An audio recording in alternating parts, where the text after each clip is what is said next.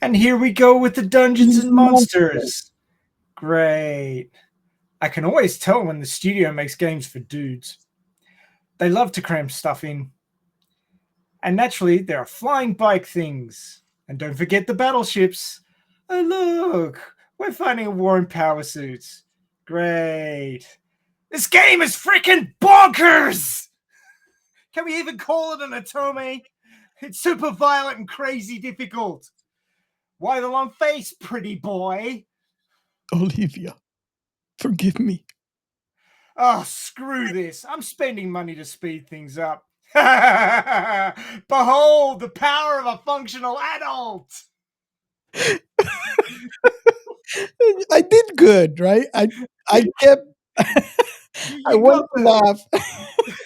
You didn't laugh at me. That's just.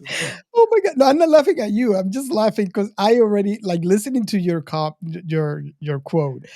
I'm just reliving the anime. Oh, yeah.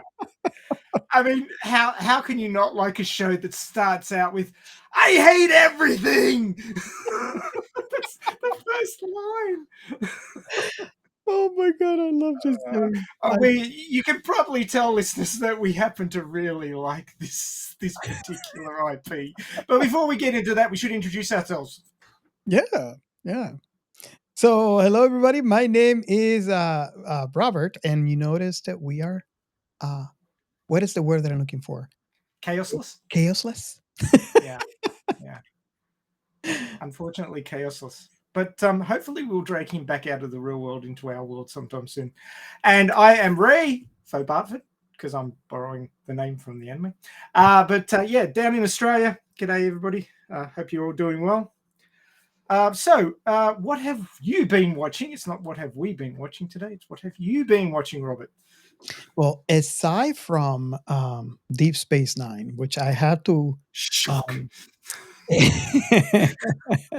the last episode that we watched is the episode where Cisco got kidnapped from the alternate dimension, and those episodes are always fun. Oh, That yeah. they're always so much fun. The But goatee dimension. exactly, exactly. There's nothing better than a goatee Spock. So Yeah. but I was really, really excited because the one of my wife's favorite shows, which I love, is it released its season 3. There's only 2 episodes, and that's the only bad thing about it is it's I can't binge it. I have Mm. to watch it as they come. But it's upload. And if you guys are not familiar, we actually recorded an episode on this show. So you can go into our back catalog and download it. We did an episode the first episode is what we did in season 1. Well, season 3 came out and I am so excited. And of course, me and my wife watched that and can't wait for next week for the next episode. So have you watched Upload yet? No, I haven't. I have this list longer than both of my arms of things that I need to watch. Just getting time to do it, and I get distracted by anime all the time. So it's a Yeah, constant yeah. battle with I my hear you. psyche. Well, just to give you like a real quick synopsis, this is a world where you could actually, before you die, they gave you an option. Like, would you like to be uploaded or would you like to, just die? And Basically, some people get uploaded, and basically what it is your family would have to pay like a monthly fee or something, depending on where you want to end up and your they call it the afterlife. And then your downloaded copy or is uploaded into whatever service you want to or your family can afford. So obviously the rich has this huge, this like heavenly looking, and of course the poor has less. But your loved ones keep on living on the digital world, and you get to you go to these chapels where there's like a TV screen, like if you have like parties or something, you can have parties in there so your loved ones can also participate on your party. And of course, for the rich people, Um, there's also what they call in-app purchases.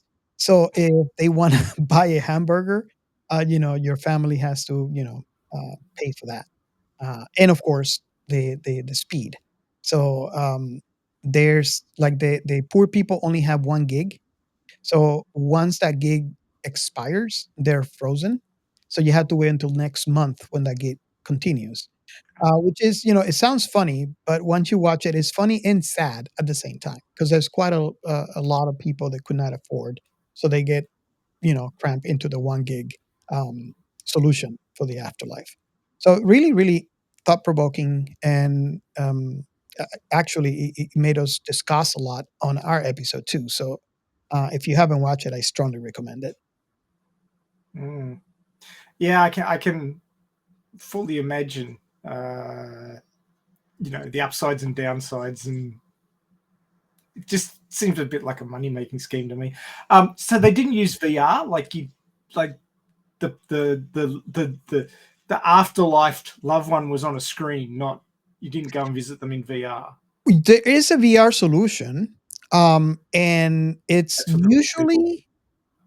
usually for like if you have your husband or your boyfriend and you wanna, like, get together with them, then you use, like, this full suit VR, um, to do your deed, to have Mhm. your intimacy. However, it's usually if you watch the show, you realize what I'm talking about, but it's usually tabooed. Yeah. And you have to, like, rent the suits, and people are, like, ill, you have to wash the suit because you don't know what it's been. Mhm. There is a scene where the girlfriend, and I'm trying not to tell you much, but there's a scene where the girlfriend wants to meet the boyfriend, and she and let me not say much. The thing is that she lied to him, telling him that she died, and in fact she didn't, and pretended that she was in the afterlife, but when in fact she was for weeks in end on that suit, on the tub, pretending to be dead. So he knows that, to be like, oh my God, yeah, I killed myself for you or whatever. So I love you that much and I'm here with you. And so, yeah, just to give you when you look at her face, she was up in hives. So Mm. it's not a great thing. People prefer to go to the chapel instead of getting on VR because of that Yeah. reason. Unless you're super rich and you can just buy a full VR dive suit. But yeah, Speaking of full dive VR, there's quite a number of animes this season which have got to do with that. My perennial fave this season, Shangri-La Frontier, which is I watched the latest episode last night. It's just getting better and better. I'm really enjoying that show. Well worth a watch. Very sci-fi. There's another one called 16-bit something or other. I can't think of the full name of it, but basically, it's a girl who works for an exploitative gaming company who only make porn games. She's an artist and she she gets to draw the backs of characters. I don't know why. She gets really shitty with it, but she ends up going back in time to 1992 and helps them make games. And she's like, "Oh, I'm a really good artist. I can do." And they're like, "Okay, so work on this thing, pixel art." And she's like, "Where's my tablet?" They run. What's a tablet? Here, mouse and keyboard. And she's like, "I got to draw with a mouse and keyboard." Oh, shit. And then she actually works up mad skills in drawing with pixels to get the shading right and everything, which they had to do back in the day because they yeah, only had like 15 colors because yeah. one of them was taken up by the system. Yeah, that's a really good one. She ends up going back in time and then comes back to the current day, and she's like, "No, I want to go back," and she manages to go back again, but it's 4 years later, and there's there's social issues going on with one of the main programmer, which I think is supposed to be the main love interest. But yeah, it's an interesting show so far. I'm waiting to see where it goes. Yeah. There was another one. Let me check the walkthrough. I think it's called, which The animation's a bit meh. It's sort of computer gamey animation, but I think that's deliberate because it's inside of a computer game. Mhm. But it's very tongue-in-cheek and lots of sort of in-gaming jokes and stuff. So if you're a big online game, especially gacha games, you probably like Let Me Check the Walkthrough because it's very gacha orientated. Check those ones out. I think there's a couple of others, but they're not coming to me at this point. But yeah, that's where I've been getting my sci-fi at the moment, is lots of sci-fi anime. So that's good. Can't complain about that. It's nothing better than that, man. Ooh. Okay, so are we ready for our next segment? Oh, yeah. We are Science Fiction Remnant. This is the Funny Science Fiction Podcast. We are the Caribbean Science Fiction Network. We are Monorats. We are One Accord Level 2 Podcast. This is Jesse from Sudden But Inevitable and Open Pike Night. This is SciFi. Can I be a bad boy for a minute? Yes. I got to do this. I got to do this because we don't have we don't have chaos. Someone has. I know. I gotta put on the chaos hat for a minute. So this is actually I'll be showing a quick scene from the first episode of Trapped in a Dating Sim: The World of Otome Games is Tough for Mobs, which is what we're covering today. But it fits with This is Sci-Fi, and you will find out why in just a moment. Let me pull this up. Now, hopefully the audio will come through. But here goes nothing. Oh, and I've had it open for too long. And it's gone back to the start. Son of a gun. Luckily, I wrote down when I need it for 1446. So, Nice. 1444. No. And I guess before you press play, yeah, tell the audience where they can go find it, because we still recommend you guys watch this before we. Oh, definitely. Look. This story is so cool, and it's very sci. Well, it's not sci-fi, but it is sci-fi. But it's also gaming. It hits so many buttons. You would be really surprised. Hispanic soap operas, Yeah, it hits everything. And the snark level is like, there's my camera, and the snark level is up here somewhere. There's so much snark. It's awesome. Oh my god! But yeah, so this is at that's 1432. A little bit early, but anyway, I'll go start from here.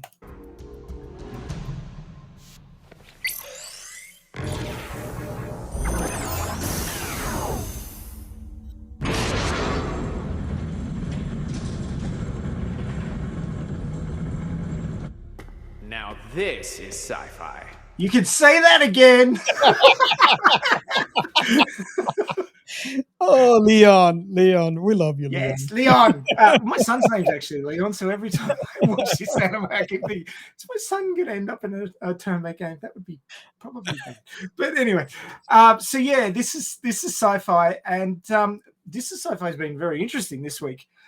So what I should give you an overview, just in case this is the first time you've listened to us, and this is the first time you've listened to the podcast or watched the video on YouTube a month later, then thank you very much for joining us. But This is Sci-Fi is a hashtag which my friend here, Robert, started, which was designed to bring all the different lovers of science fiction together. Now, everybody has their favorite sci-fi, be it Star Trek, Star Wars, Babylon 5. Yeah, some people actually like Babylon 5 and watch it. But you want me to watch Babylon 5? Yes, you do. Hang on, there it is. I'll press the button. There we go. Okay, got it. Took me a little while. We have an awful lot of tickers. So, so you may have your favorite, but there's a whole lot of other sci-fi out there, and certainly sticking to the one flavor of ice cream for your entire life is a bit of a disappointment. Likewise, sticking to the one flavor of science fiction will eventually get a little bit old and tasteless. So join us in our love of all things sci-fi and check out the hashtag, and you too can find something new to watch that will be awesome, because there's so much awesome sci-fi out there. And sci-fi is a bit like pizza most of the time, in that even when it's bad, it's good. So get on the hashtag, be it whichever All would social be you happen to be on, and find out more about other sci-fis that other people are watching, and join them and enjoy it. But also, under the umbrella of the hashtag This Is Sci-Fi, we also have little bits of the world of science poking through, some of which are really interesting. And this week's one, which Robert found, is a 4-minute video.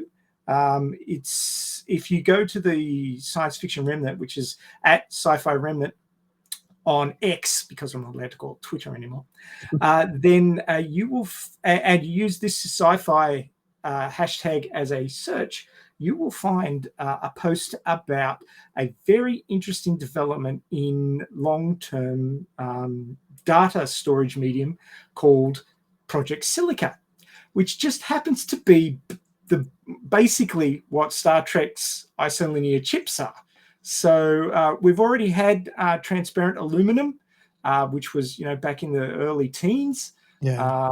And now we've got isolinear chips. So thank you very much, Star Trek. I appreciate your hard work in convincing people to develop things following the ideas from sci-fi, which, is a big thing we're on about here at Science Fiction Remnant. Do you want to tell the folks, being that you're in the IT field, do you want to tell the folks about what this one involves? It's really exciting, and I can see it not only it's not necessarily exciting because of what it is now, which is also exciting in its own right, but it's exciting to me because I see the future of where that technology is going. If you're familiar with storage, I mean, I had a Commodore 64 before. So did I. And now we have 4 terabyte storage devices. I remember 4 terabytes there with the drum, your typical hard drive, and now they're solid state, which are a lot better. But even at that, we always had problems with the magnetics media. I remember having a NAS, and that's basically just a network storage device for the house where you use, well, I used to like it with replication, just in case something happens. You can replace a bad drive, put a brand new drive in it, and everything goes back to normal. You never lose any data. But even at that, I lost files. I lost things like that. And I remember when cloud came in, and that seems to be the better solution, but it's also expensive because now you have to um, pay for the amount of storage that you need. So Microsoft's Project Silica, it is a project that they're taking on because as they are one of the leaders in cloud storage, I'm sure that they are seeing what I saw on my puny little home recording data with the amount of data that they have to record on a daily basis. And is all with the magnetic media. So basically what it is a silica, a silicone plate. It looks just basically glass, a piece of glass. And what it is, the data gets stored in there. It is not rewritable at the time. Right now they're concentrating, but then again, storage media at the beginning wasn't rewritable anyway. So this is where I see the future of this medium. So basically, not only is the amount of storage that you can store huge, right? But it's also the fact that this basically whatever you write into that piece of glass is there basically forever. So all you have to do is get that piece of glass under a reader, kind of like it reminds me of what the CDs were at the beginning. So Yeah. the CDs will send a laser to read the disk, and that's how you get your data out of the disk. Um, so this one does, in a sense, it does the same thing. It's not the same thing at all. You have to watch that video to see what They were saying it's a robotic microscope. exactly. And just microscope. Okay, that's another thing that it gets me excited. So the data is at that level. Not only that, but it's not 2D data, it's 3D data. So the amount of storage, it's mind-blowing. And it's storage that doesn't require electricity, it's not magnetic in any form. So that data is almost forever. Well, they were saying in the video that you could scratch the surface of the glass and you could still read the data embedded within the glass tablet. They also were talking about how the panels were being stored, and the storage system that they came up with was completely inanimate. So there's no power required. There's like with hard drives, you usually have them powered and all that sort of thing. This whole system is electrically dead. And also the thing with magnetic media is if you have a big enough EMP nearby, be it from a nuclear device or a massive sunspot or something like that that breaks through the Earth's magnetic field, you can wipe that data out. But you'd have to actually physically destroy the tablets to wipe this data out. So it's got a much better survivability rate. And the storage system is completely inanimate, but they have these little robots that run along these rails, and they actually climb up and down the rails to get to the different heights. So cool. Oh yeah. I thought the robots were one of the most awesome things about it. But yeah, I think you're completely right, Robert, that eventually this will be rewritable. They'll come up with a way to make it rewritable. Yeah. But for long-term storage, having something that is one write, multiple reads is probably the best way to go to make sure that data lasts as long as possible. You can't accidentally overwrite it. So exactly. It's forever.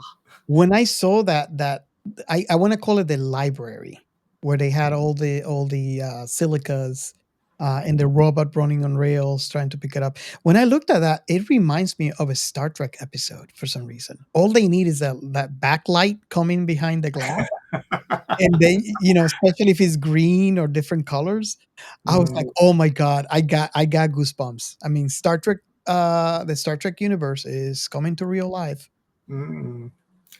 I don't know about the ship designs, but we'll see what happens. One interesting fact that I don't know, maybe they've found a way to stabilize it, but did you actually realize that glass is a liquid? Interesting. Because there's windows in churches in Europe that have been there for over 1,000 years, and they're thicker on the bottom than they are on the top because it's slowly, very, very, very slowly. It's a super viscous liquid. The glass is very, very slowly flowing under the effects of gravity down towards the bottom of the window. So it's wider on the bottom than it is on the top now. So glass is affected by gravity just very, very, very slowly. So it'd be interesting to know if they've got some way of stabilizing this media so that it doesn't deform due to gravity over time. I wonder because they're using silica like straight out instead of that's one thing that I haven't researched, and maybe there is a property there for that as well as a storage medium property. But I'll be interested to find out the why not use glass. It is also you know breakable, so maybe that's one of the options. Why not glass? But yeah, it's interesting. Well, glass is made of silica, so it's roughly the same stuff, but they may have a different way of making it that makes it more stable. I don't know. Yeah. That'd be something interesting that I'd like to see a white paper on or something like that. I was also going to say that their big push in that video was on sustainability. So they were saying that a hard drive will last you 6 years, a tape drive will last you 10 if you're lucky. And so you have to keep recopying it, which is more power, more materials.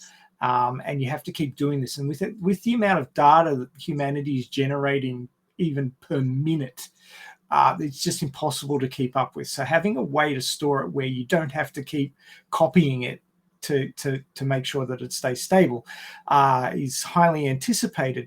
And then you might think, well, how much silica do we have? Do we have enough to store all this data? Well, let me tell you, folks, that the mass of the Earth's crust is approximately 59% silica.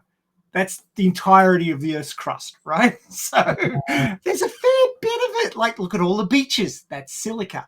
And it's the main constituent of more than 95% of the known rocks. So silica is freaking everywhere. We're not going to run out of it anytime soon. Yeah, yeah. Awesome. Yeah, I just got excited when I saw that video. It's Oh, just for sure. it's just so cool. Not just necessarily as a sci-fi fan, but also for someone like me that follows technology.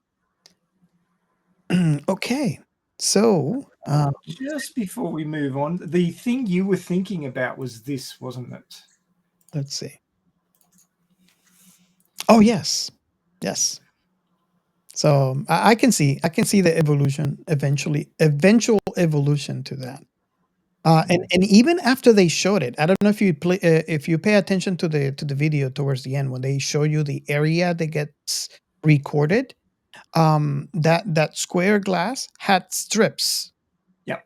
of recorded like a single line. So I can see how they could split that square into separate like rectangles that would be something similar to what we are seeing on the screen right now. I can definitely see that. And if those listening want to see what this looks like, just you can either Google isolinear chips or isolinear bay, and then you can, or you can watch the video in a month from when the audio version is released. You can watch the video version and see my lovely new haircut. There you go. I no longer have the emo scientist hair. I have very short hair because job interviews. So we have a very clean cut mad scientist today. So That's right. awesome. Okay, so we're ready. Yo. Shout outs. And for today's shout outs, since we are chaosless, I will be How doing. can we survive without chaos? Yeah, it's such a smooth show today. You know, Yeah. we're missing the chaos. Nobody talking over the top of you, Yeah. coming up with filthy things. I don't know. Okay, so for today's episode, I have to thank Captain Quadrant on Threads for the interaction with the show's account. We really appreciate it. Your comments on our post. It tickles us. You know, we this is what we strive for, is the interaction with sci-fi loving people out there. So thank you so much. On X, of course, we have our very good friend, the Burn from Cinema Recall. Always interacting with us. We also, you know, helping promote our show.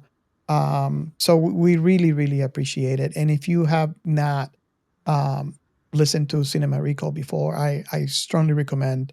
If you're like cinema, any kind of cinema, you should be listening to that podcast. It's really good podcast.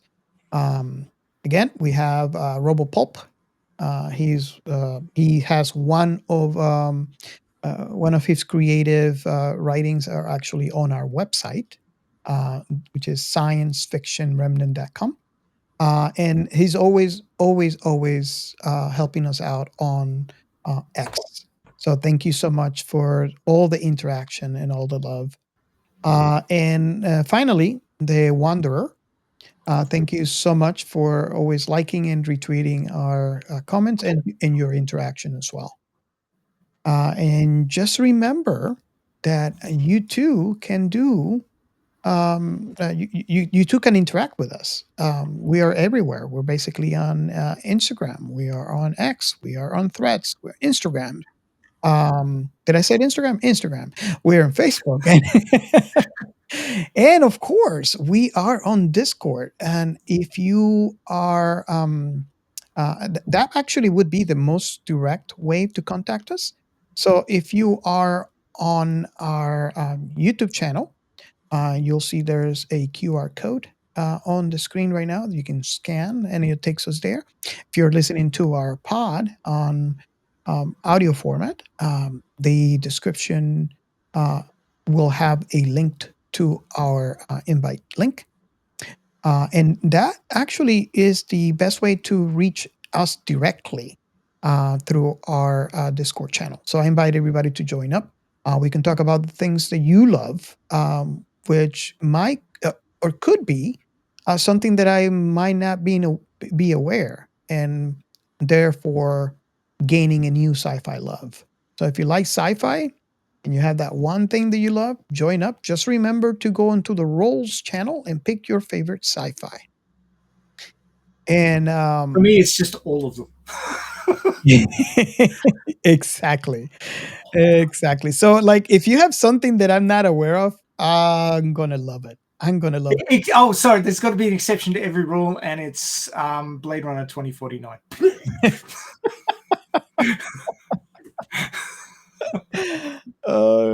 So also, if you want to be on the show, you can let us know. We would welcome you with open arms to our show to talk about your passion, the thing that you love the most on your sci-fi IP. You could also call us. Hey, let me do the number. I like doing Okay. this bit.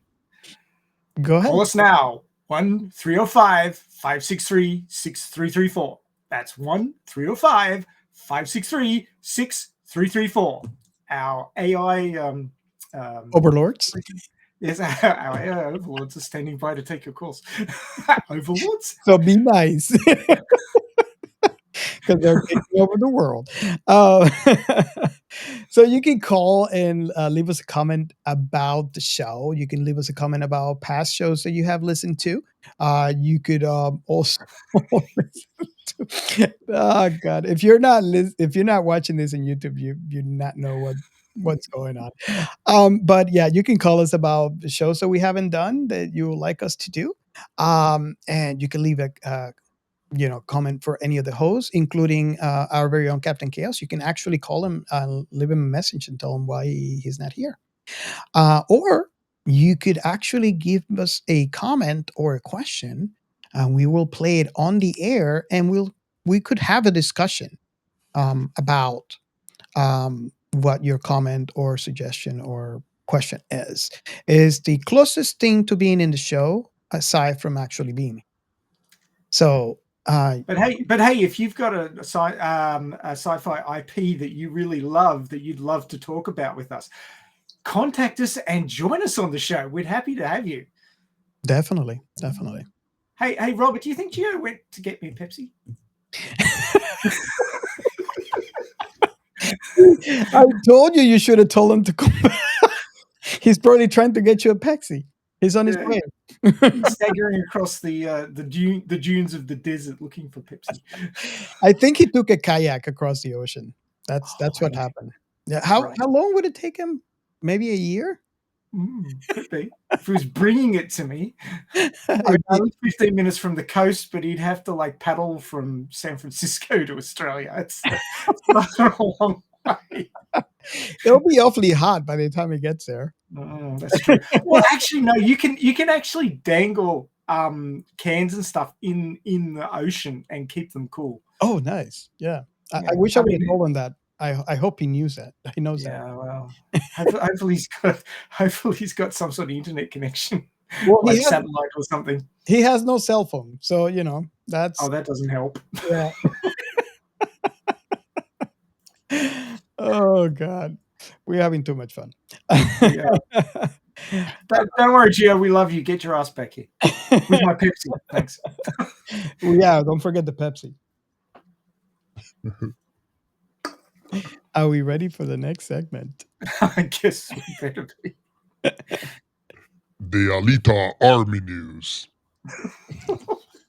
Every time you do that, just freaks me out.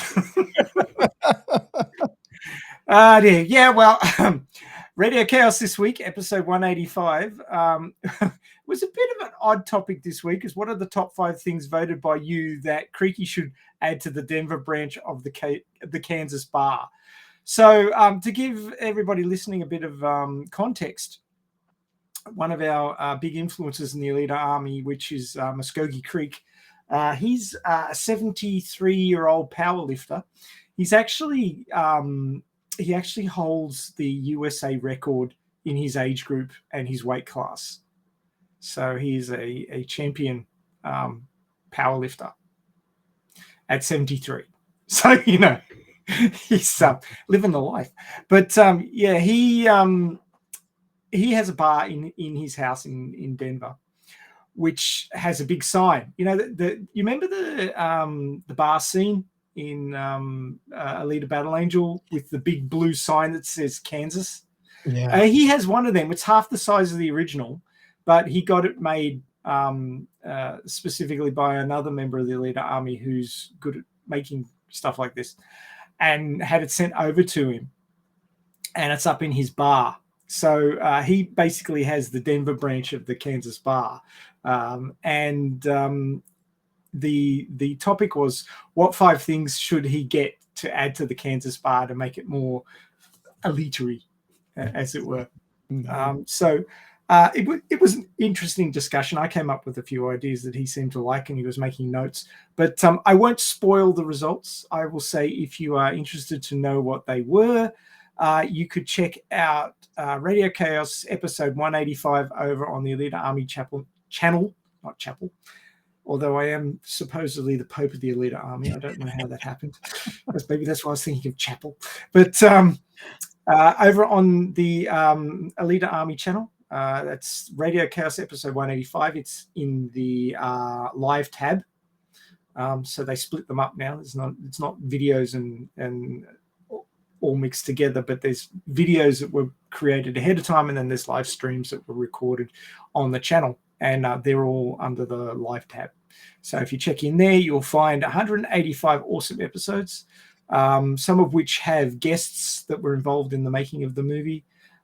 We have a few extras and a few people that were seen on screen for short periods of time. We're still trying to rope in some of the bigger names, but of course their agencies aren't helping very much.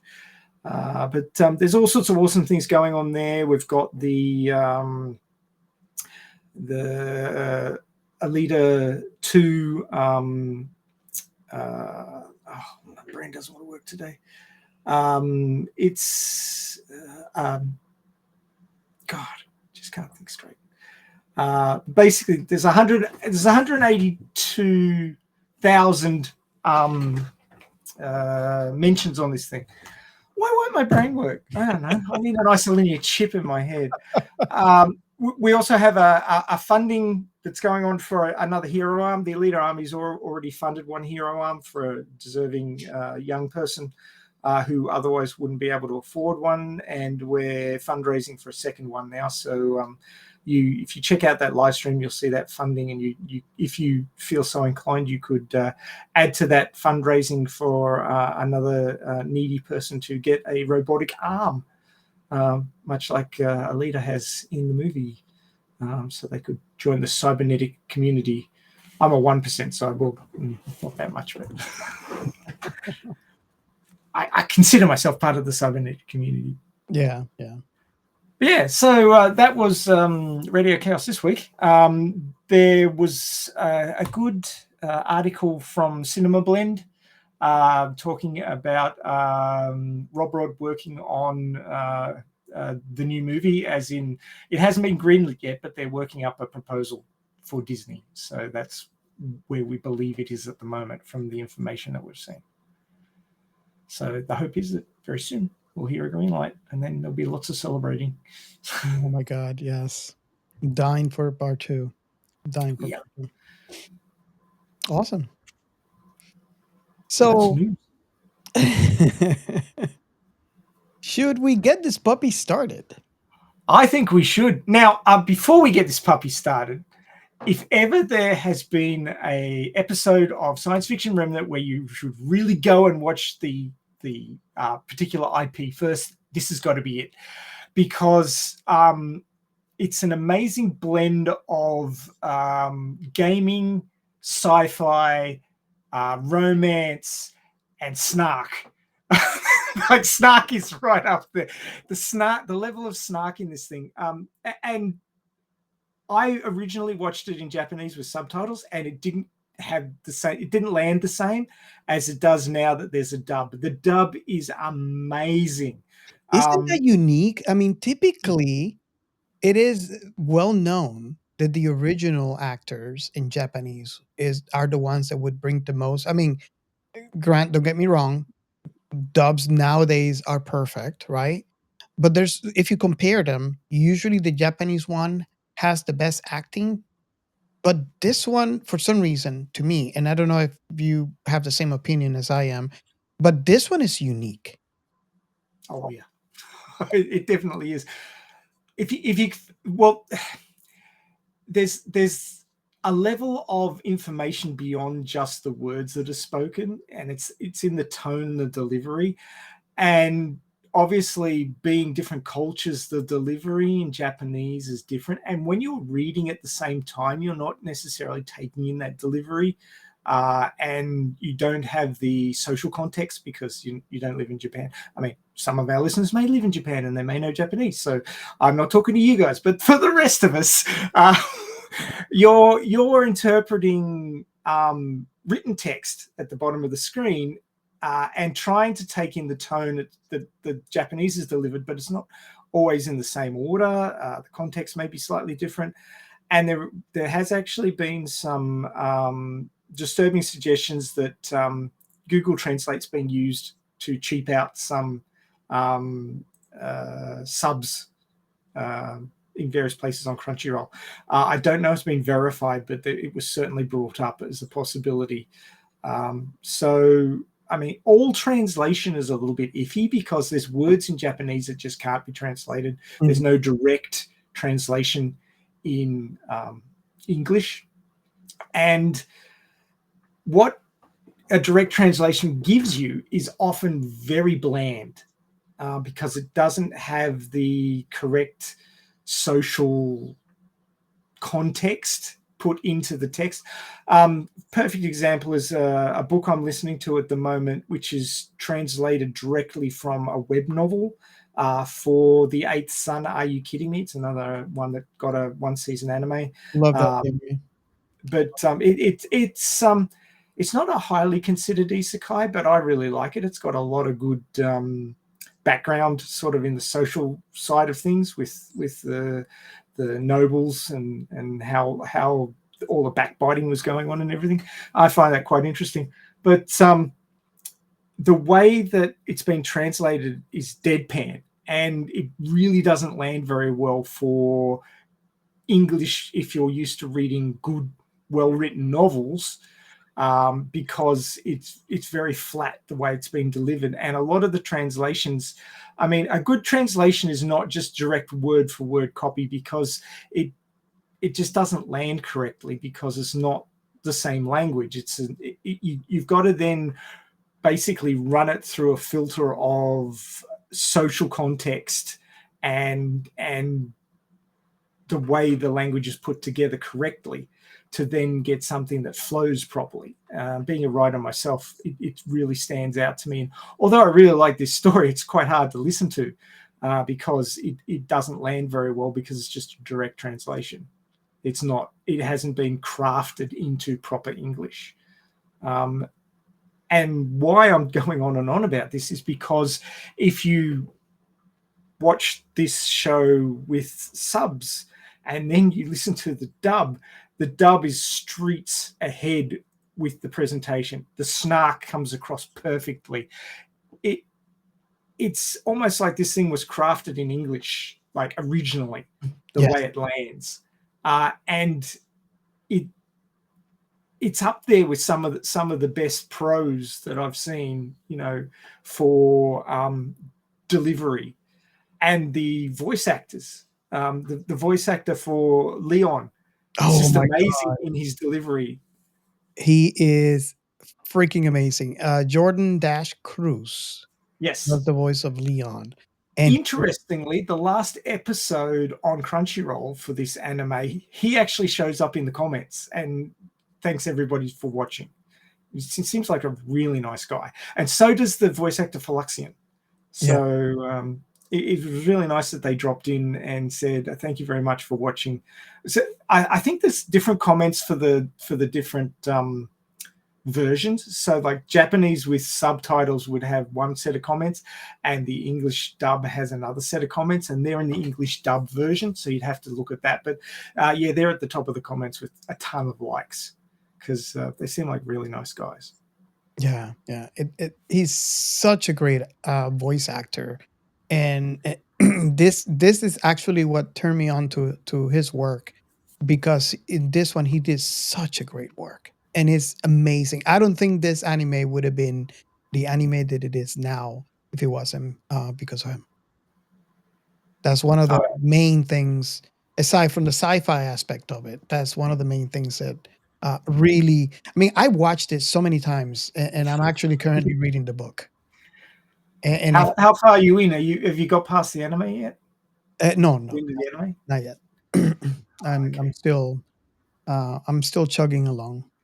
That's what happens when you're so busy. I used to read books like there's no tomorrow, and now it's just like I feel like I'm taking forever. But yes, I really do enjoy the book, and interesting enough, every time I do a little bit of advancement on the reading of the book, I go back and rewatch. I did the same thing. Every time rewatch, because you get that little extra information from Oh the yeah. book. And So, they stuck pretty close to the plot of the novels for the anime. They didn't deviate particularly greatly. Just as a comparison, the Eighth Son, Are You Kidding Me? They actually deviated a lot from at least from the web novel. I don't know if the actual release novels were much different, but there was things that were different in that which actually improved the pacing and gave it a fair bit more oomph, which maybe like the web novel may have been like the first draft, and then the release novels may have been closer to the anime. I haven't listened to the release novels yet, yeah. but everybody reads or watches something and thinks that that's just how it spewed out of the creator's mind. No way. Things go through changes and updates and improvements and pacing fixes and plot hole fixes, and writing is not just a bleh and there it is. It's a lot of editing and rewriting and fixing and improving. And sometimes it doesn't improve things all that much with some shows. But, if a creator is really determined to give the reader / viewer the best version of their story that they can, they'll keep working on it. I mean, even Tolkien didn't want to release the Fellowship of the Ring. He kept hanging on to it, and his publisher was like, I need to release this thing. We gave you some money, now you got to give us a book. And he's like, no, it's not ready, and his publisher actually took it and published it without his express approval, because it was time to publish. So yeah, Lord of the Rings was the author was hanging on, like wasn't happy with it, but it got published anyway. So, and these things happen. I mean, writers spend a lot of time working, trying to give their best for the reader, for you guys. So there's another piece of context that you may not have had previously that you now may have a deeper understanding. So yeah, creative works are a lot of work. Yeah, definitely. But we should probably do the plot, because I've had this ticker running for about 2 minutes now. There's a plot. There's a plot. There's the plot. Let's do the plot. You should know. You pasted it into the Trello. Okay, so the plot. An office worker dies. Now, that seems to be a serious simplification of what actually happened. So there's an office worker who likes to play games, but his dear sister, who has some dirt on him that she threatens him with a lot, has decided that she wants to get to the end of this Atome game, and she can't be bothered because it has all these guy game elements that she's no good at. So she hands it over to her brother and says, finish it at 100% so that I can get to hear the music at the end. And then she goes off overseas and has a fun time while he's stuck in his apartment for days on end trying to finish up this Atome game so she doesn't blurt out his secrets to their parents. Lovely sister, I gotta say. I thought my sister was bad, but got nothing on this chick. Anyway, so Alpha's worker dies. So he dies because he plays the game for like 4 days straight, and he's half-starved and he's staggering off to the store to get something to eat after finishing it, and he falls down the stairs of his apartment block and dies. Which is the beginning of every isekai. Excuse me, just order something in, dude. You're an office worker. You can afford it. Exactly. Where's that happening at all? I mean, I'm good at finding plot holes these days. Yeah, But, I admit people do stupid things and they get so focused on something that they just don't think about anything else. So it could happen, but he could have fixed it easily. Just order something in. But anyway, he finds himself reincarnated as Leon Fo Bartford in the Holfort Kingdom of the Otome game he was forced to complete by his sister. In this world, women reign supreme, and survival is particularly tough for mobs. So everybody who games knows what a mob is.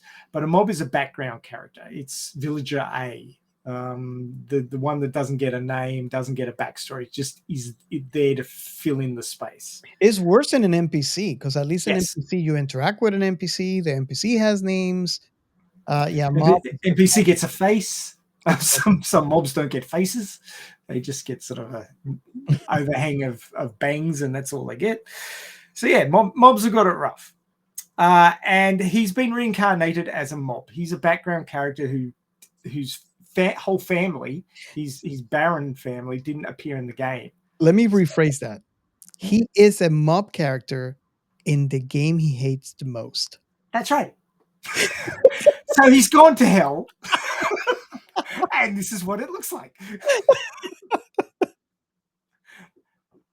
I mean, he tortured himself to death playing this game. I'm just looking at this. It's like, dude, this is the worst hell anyone can go through. I swear. But he makes it work for him. Yeah. He does. Yes. Oh yeah. And I don't like his twisted personality, but I appreciate him for making it work for him.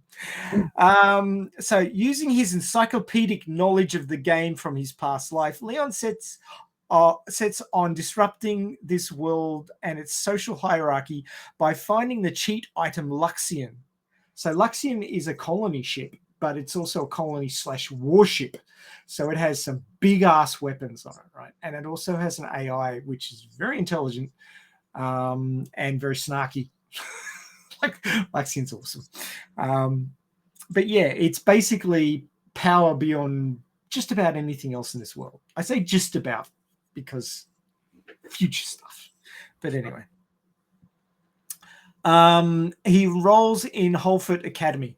In the plot here, it does skip out the bit where his stepmother, who was the noble, was going to marry him off to a 50-something-year-old, rather chunky lady who had 7 husbands and had sent them all off to war, and they'd all died so she could get the survivor's pension. And he was going to be number 8 on the death certificate. So basically, this lovely stepmother was going to basically sell him off to be killed. To help her dear old friend get more surviving pension, get richer and richer. So basically, he was being killed.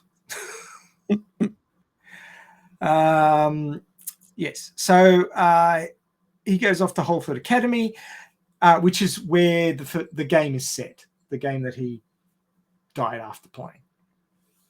He attempts to live a normal life and find a wife, but through his actions, he gets embroiled in all kinds of schemes, all while mingling with the nobility and other characters of the Otome game.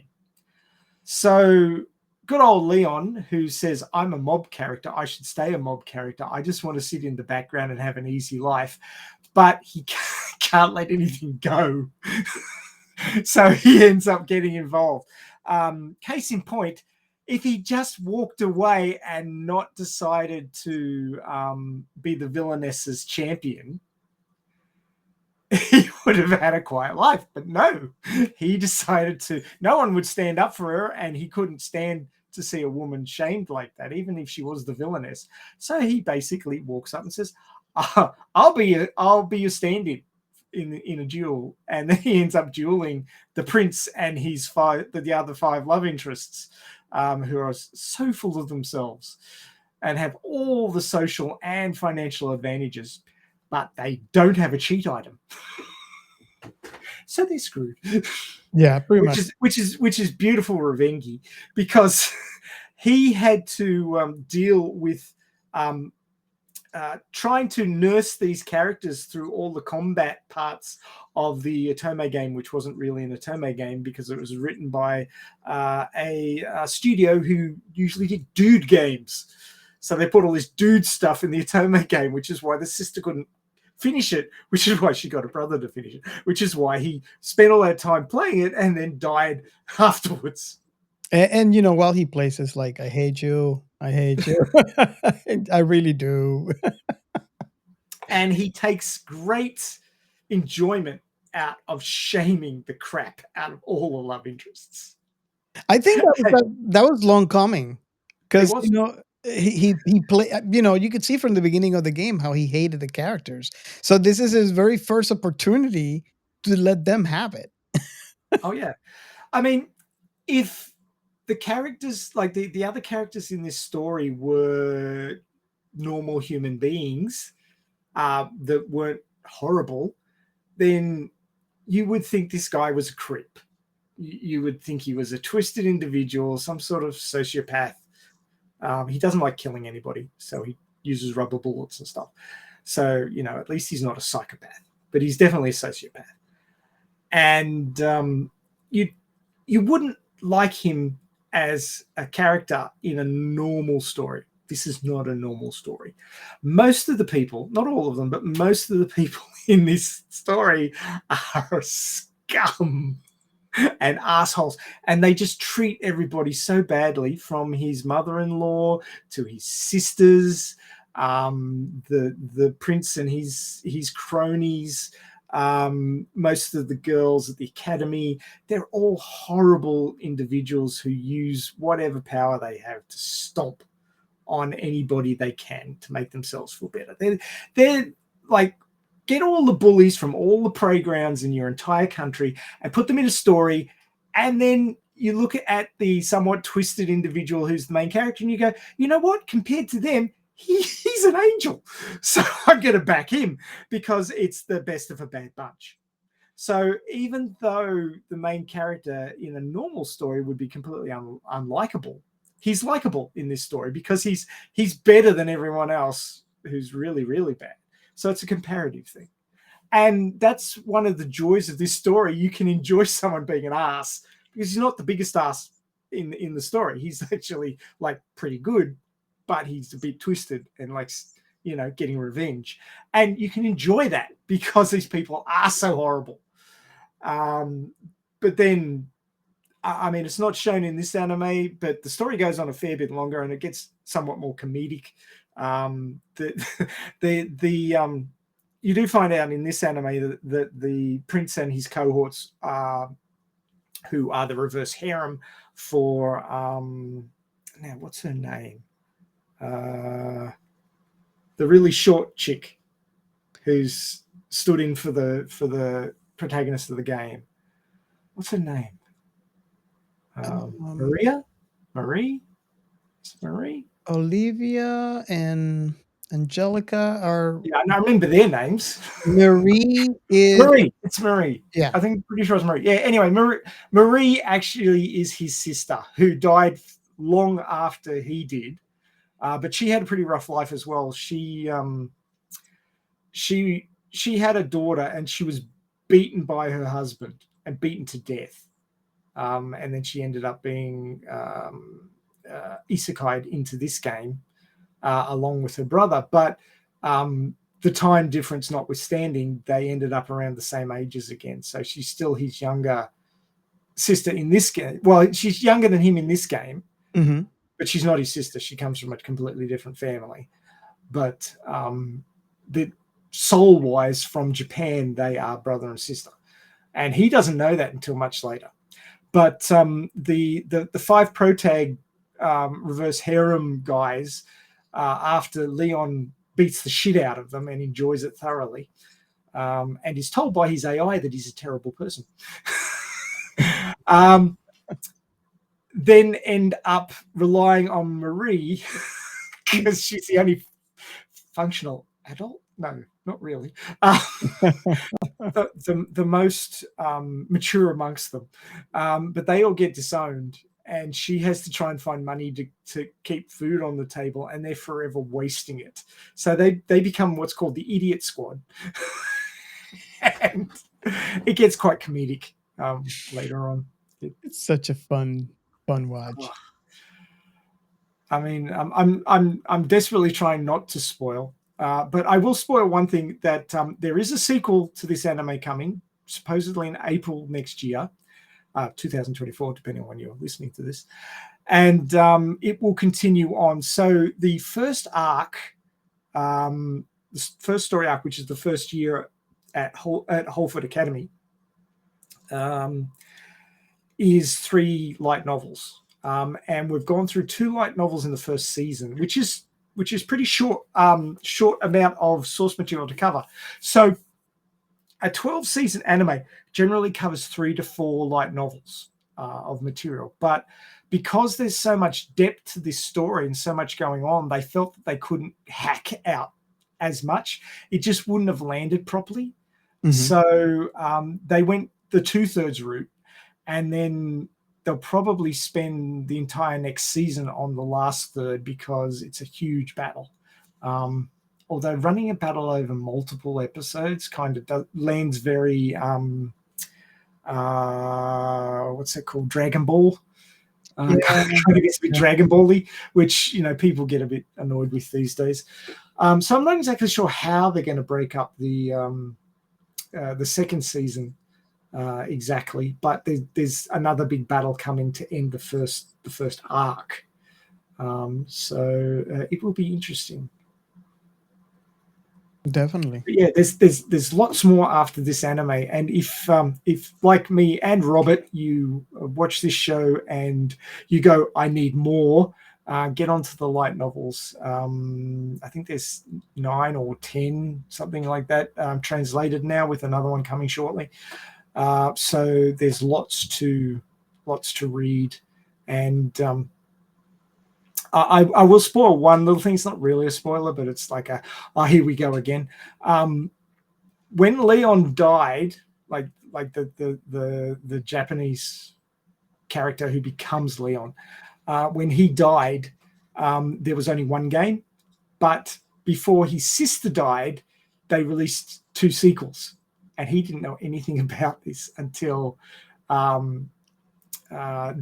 basically end of the first arc. And he realizes that there's another game, but it's not based in the Holford Kingdom. It's based in a completely different kingdom. So he goes to study abroad for a year so he can keep an eye on the protag of that game and make sure that nothing goes astray. And, of course, him being there makes sure it does.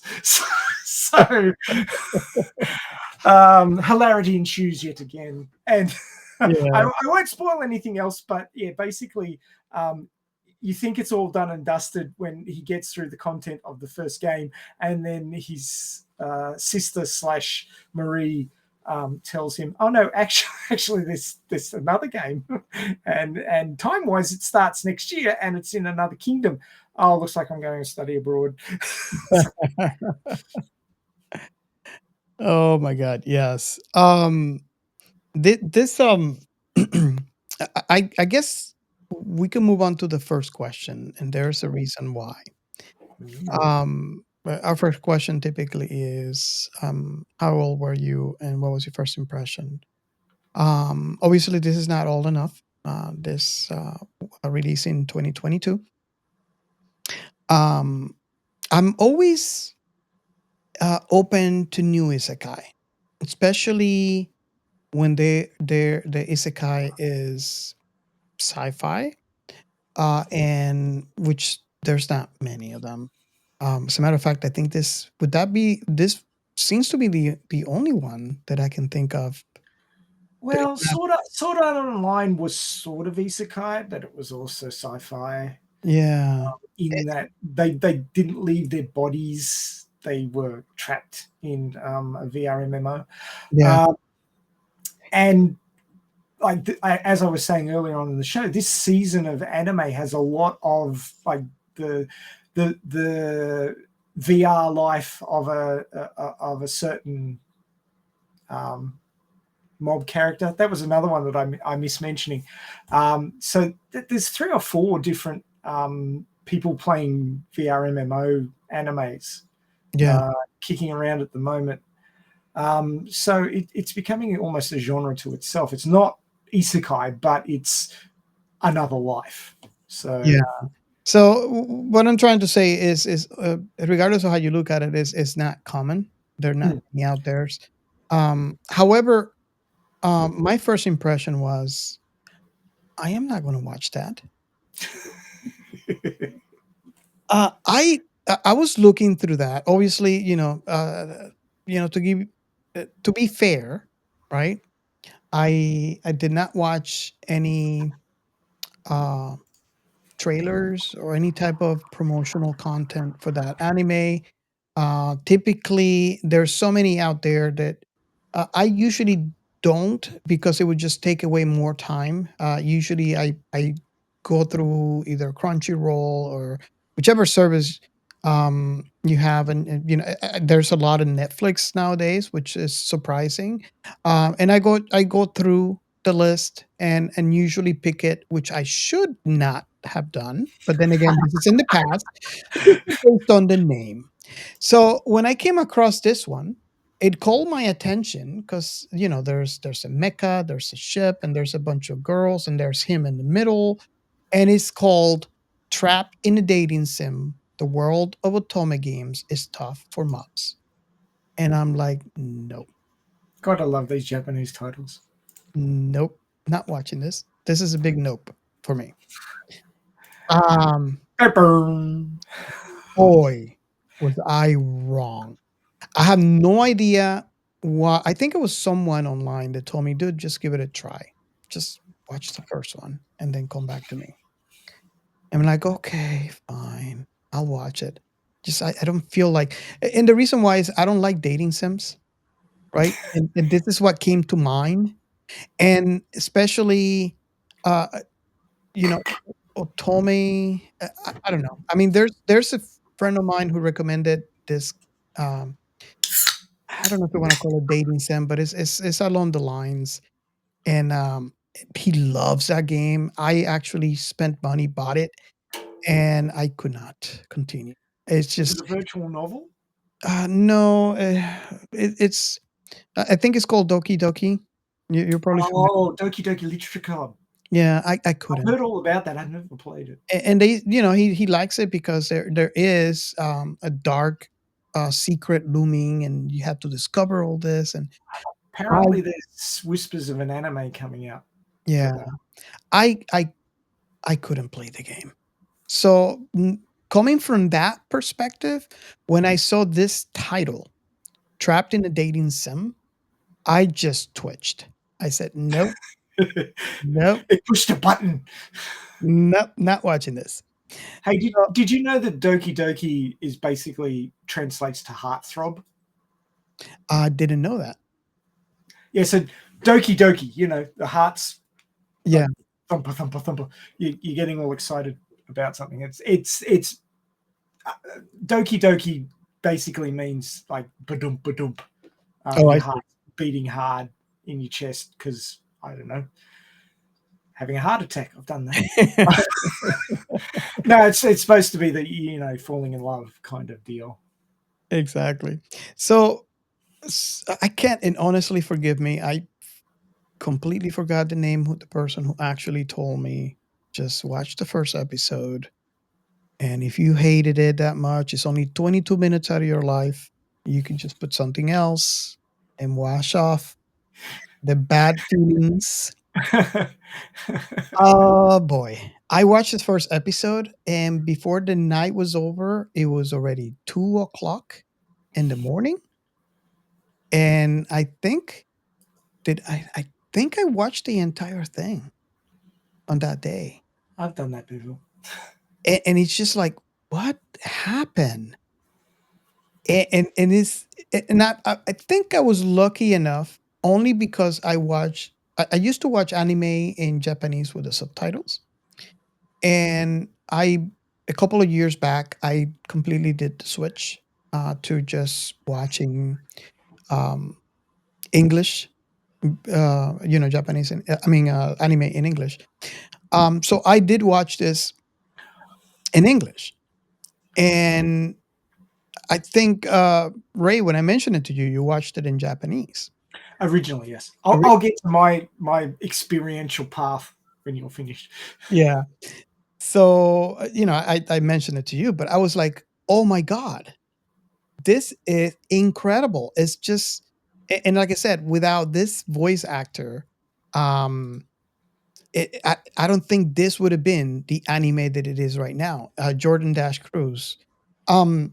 I mean, there's The dude. yeah.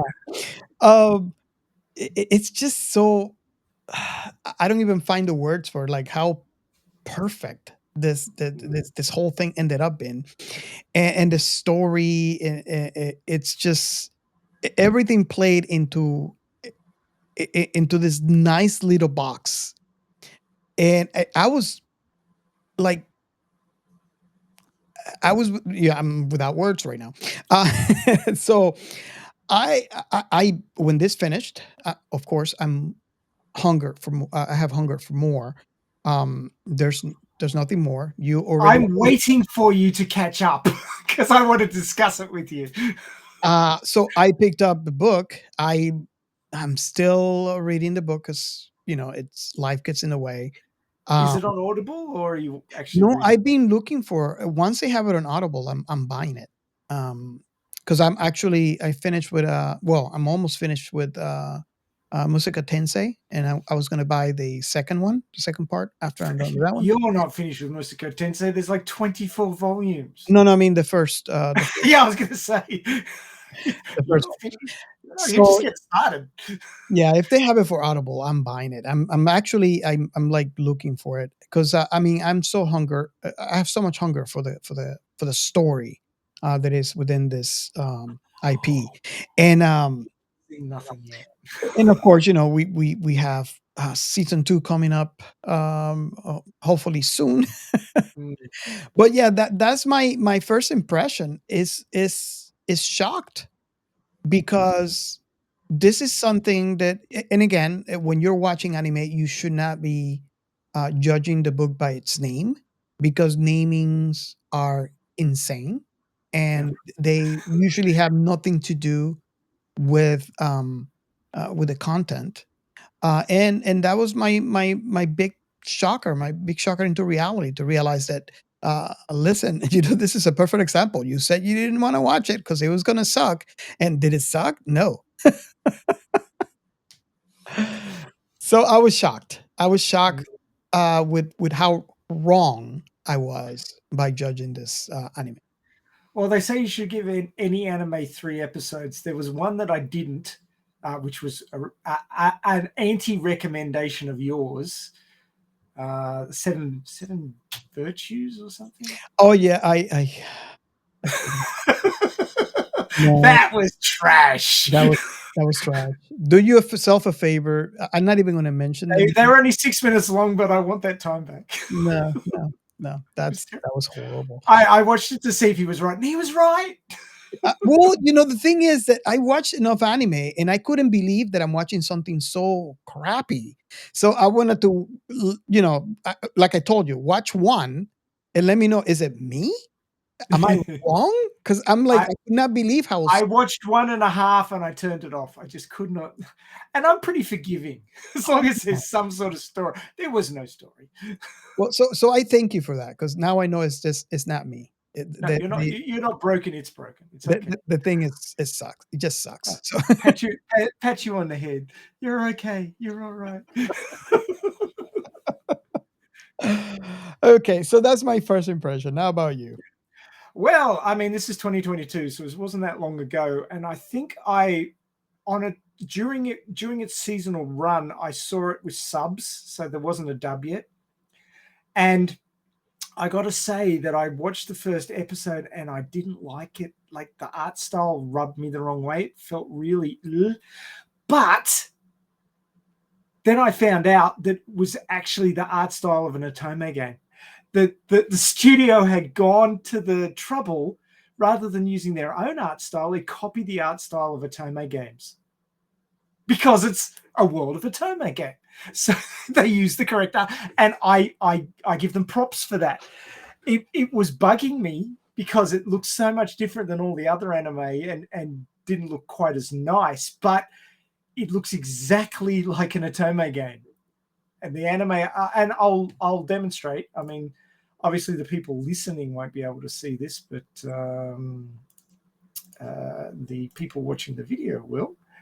But you see how massive the eyes are, and they seem a little bit on the simplified side. And the hair is also fairly simplified. It's very much an otome game style, and it's way more obvious in this. Oh, bloody hell, that's huge. Those are so in otome games, it's usually stills with a text box underneath, and you make your selections of the communication in the text box, and then different things happen. But there's all these people standing there front on, and you can see all the people in the background are standing there front on. None of them have a face. They're all blurred out. Oh, before you continue, I feel that we need to tell the audience, right? Otome games are a popular Japanese genre of story-based video games that is marketed towards women. Just want to put that out there in case you haven't had that definition. Otome means that the main character that you're playing in the game is a woman romancing men. So one woman, many men. And then gal games is the opposite. So it's a man romancing many women. And basically what you do is you can run down different routes to get together with get your main character together with a different woman. And each woman in the game has a different ending.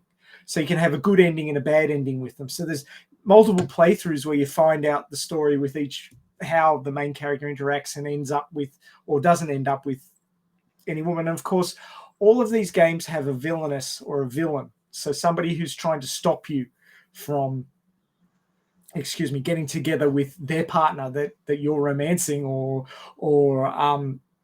maybe they want you, but they're tsundere or whatever, or yandere. So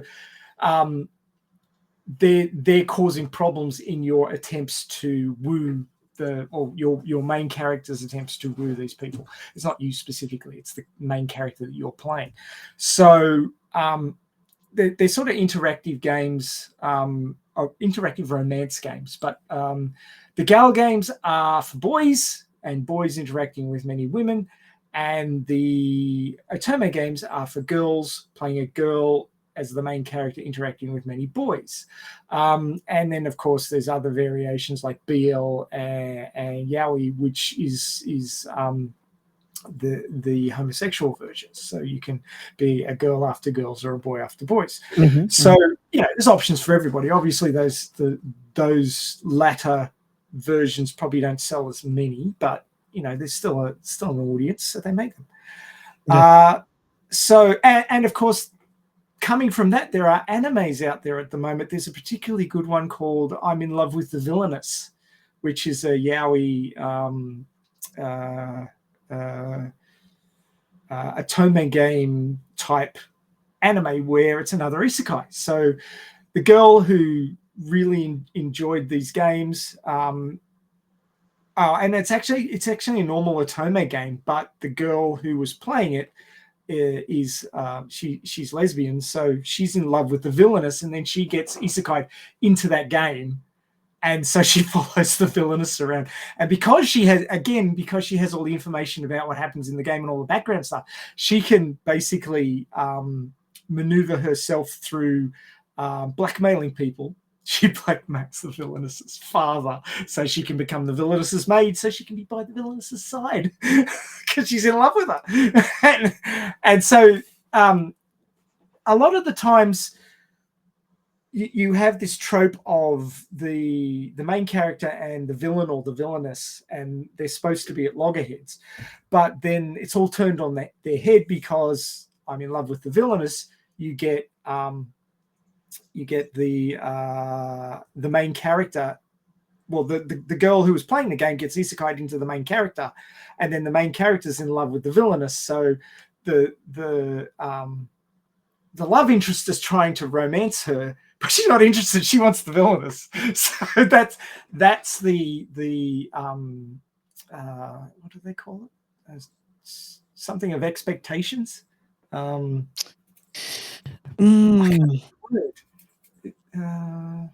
Yeah, I can think of it. But basically, you're upsetting the expectation of the story through trope. Like you're going against the tropes, and that's what a lot of the fun of these stories is, that they're going against the tropes.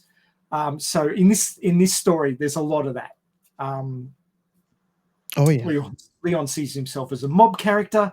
He expects to sit in the background. He grabbed Luxian because he didn't want to be married off to some old woman who was going to go off and have him put into the military and have him killed, because that would be a bad end. So he went off and got Luxian, and then got all his treasure, and so he had the money to go off to the academy and find a wife, which is one of the main reasons the academy was set up, so that nobles could meet each other and become spouses. But of course, this world is set up with women having all the advantage because it's an otome game. So the guys, even though there's a real shortage of men, the guys have to work really hard to try and find a wife, and the women treat them pretty poorly. And actually, part of the ongoing story passing into the anime is that societal bias is changing. And it's got a lot to do with Leon's actions. So he actually brings about major change in the kingdom. And he saves it a whole bunch of times as well, because, that's what main characters are supposed to do. Although he doesn't consider himself a main character. He's a mob character, but he keeps getting dragged into it. And there's a whole bunch of really ridiculously funny tropes in here. Like, in these sorts of games, you do all these heroic things and you get rewarded by the crown by getting higher titles or loads of money or what have you, or given lands or what have you. And he doesn't want that. He wants to be left alone. He wants to go off to his little island that he's built a spa on and just live there quietly. He truly wants to be a mob. He wants on the island where no one reaches to him, where he doesn't know about anybody, where he's, he lives off the land. He doesn't know about, But he needs a spouse who is willing to live there with him, and that's his major flaw, which gets him dragged into all this trouble. But now, this is all spoilers, so you have watched this anime already. It's 12 episodes, but it's 12 really good episodes. So don't be put off by the artwork like I was originally. I watched one episode and went, I don't think I'm going to like this. And of course, I watched it in Japanese with subtitles, so I didn't get the full context of the English presentation. And then a couple of weeks ago, when we decided we were going to cover this, I went back to watch it again, and Robert said, make sure you listen to the dub this time. I went, okay. So I listened to the dub, and I'm like, oh my God, it's so much better. like we've already, gushed about how good the English dub is, but it is really fantastic. And of course, that changed my opinion on it entirely, even yet again. But the flipping of the tropes. You've got the villainess who's not a villainess. She's just trying to look after the prince's best interests, and she gets dumped by him. And then she realizes that even though he's not a hunk and he's a bit twisted, that Leon is a really good guy. And he's also looking after the main character of the story, who's basically been supplanted by his sister, who is existing in the body of Marie, and because she knows the whole ins and outs of the game and what works to get the the love interest's interested because she's played at least 3/4 of the game. She basically uses that to create what's called a reverse harem, or harem, depending on how you pronounce it. But basically, she gets all 5 of them to fall in love with her. And she wants to live the reverse harem life with all these rich, studly guys. And, of course, her brother Leon, who owes her for setting up the situation in which he died, basically wrecks it for her. And in doing so, he brings the villainess and the main character together, who are supposed to be at odds with each other and are supposed to never have a pleasant word to say to each other. And they basically, it's not quite a lesbian relationship, but it's pretty damn close. I don't think they're getting physical, but they do end up loving each other quite significantly. So, it's a complete reversal of the tropes of the game. And Leon, basically, big spanner, toss. he screws it up right royally. Oh, yeah. And so he has to fix it. Yeah. Because he feels responsible.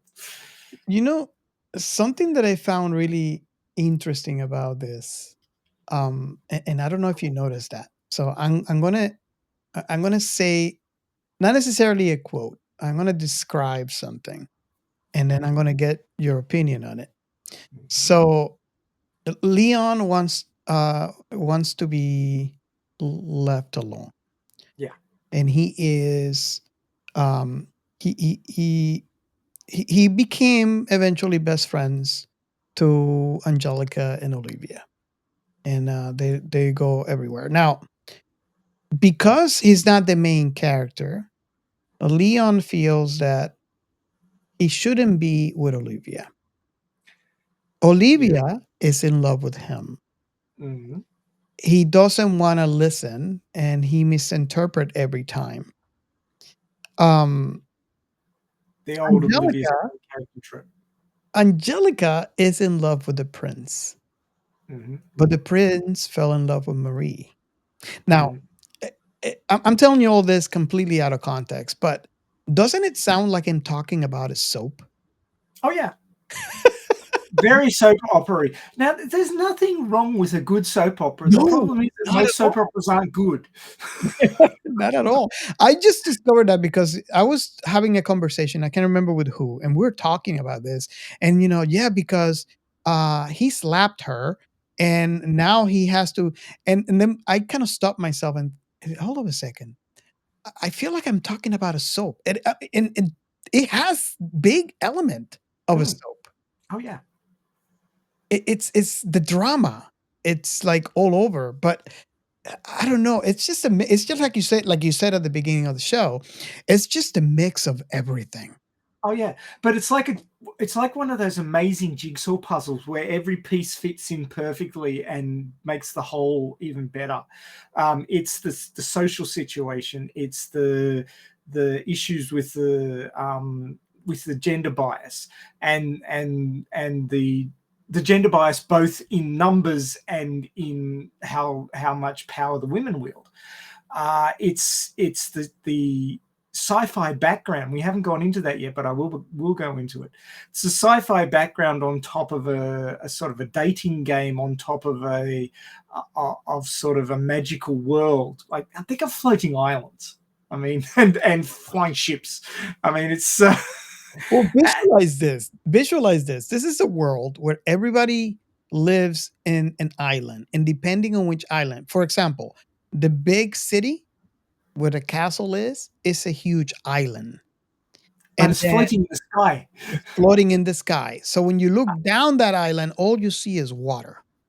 I mean, Avatar's got nothing on this. This is way bigger on floating islands.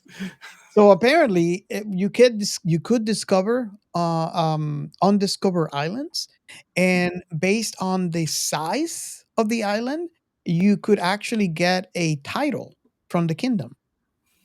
But they can actually tow the things around. Yes. If you've got big enough ships, you can actually tow them into position. So yeah, let's take our island to the capital for a week. Well, it's not in the anime, but at one point, Leon ends up giving his island to the kingdom because he's just trying to divest himself of his titles and his money, and the islands become very a sticking point. So he's just trying to divest himself of everything so he can go away and live the quiet life. It doesn't work. But he gives his island over, and they tow it to the capital. And it becomes a resort island because it's got a hot spring on it. Oh yeah, I remember he's building the hot spring, which actually, you get to see them use it when Angelica and Olivia come over. Yeah, yeah. This is all kinds of fun. it is. It's great. Now, what I feel I want to ask is what sci-fi element did you like the most? And it's okay if you have multiple about this IP. Well, the interesting thing is that the sci-fi is not common, but it all fit. Like, again, it's that whole jigsaw puzzle that fits together. The backstory of this property is so well crafted that I was impressed. To start with, it feels like some things were shoehorned in, but they're not, because if you go into the source material and read it, you actually find out that yes, this whole thing makes sense. So how it works is that this is actually a colony planet from Earth, and it's far off in the future. So we've had colony ships come out from Earth. They found this planet, which is a lot like Earth, but it has mana, this energy source, which actually comes from demons. They call them demons. They're like creatures that produce this energy source. Most of them have been driven out by this stage because Earthlings use their advanced technology to get rid of them. But in doing so, some of the humanity were either mutated or discovered that within their genes, and we'll go into this how this happens in the science behind science fiction, which it has a basis in scientific fact in a way. I mean, we don't know anything about an energy source called mana. We don't have any examples of demons or anything like that. But who knows what we'll find out there in space? But anyway, this planet was colonized by what's called the old humans, people from Earth, and then these new humans sprung up, which could control this mana and use it to do magic. And there became a split between the old humans and the new humans, and the AIs and the spaceships and everything, like the sentient spaceships, were all on the old human side, and the new humans were the ones that could control magic. And because they could control magic, they had their own extreme power levels, just like the technology gave the old humans extreme power levels. But the new humans won out in the end, and those are the ones that populate this world now, the new humans.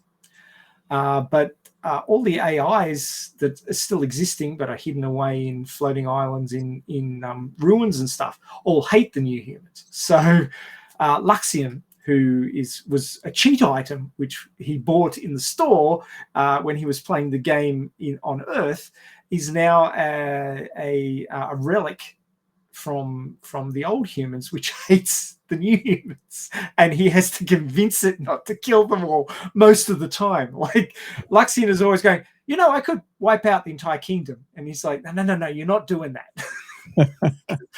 I mean, it's just the way this has been set up, with all the antagonism and the different levels of social structure, and the way it all plays off against each other creates this beautiful backdrop for all of these interactions. And the whole thing is just so beautifully written.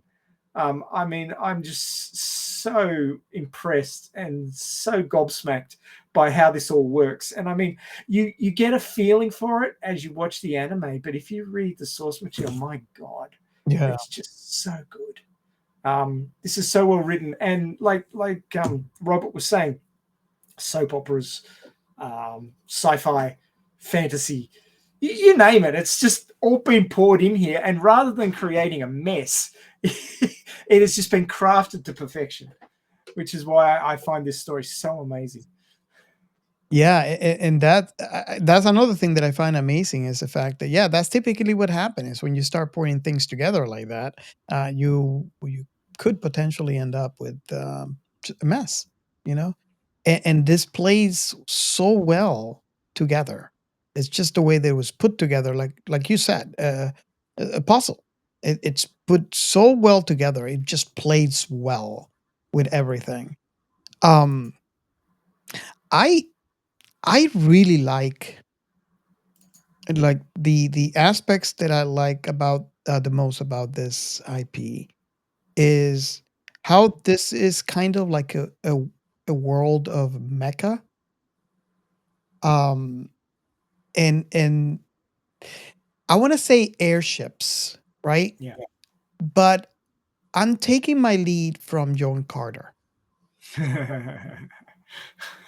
because I mean, granted, they're not exactly the same. You know, John Carter was more of a like a vintage airship.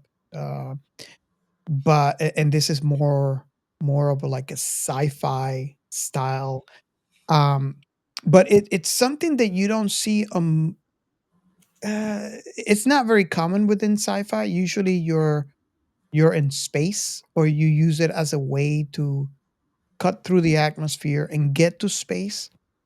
And although I am sure that these airships could actually be okay based on what I saw in the drawings and how they were drawn, how they could be in space, the way that these are used is kind of like boats to navigate through the air as airships. And if we look at the very first episode, that is very apparent from the one that Leon took from his father that looks like a rowboat, but it was navigating through air. So I found that very refreshing.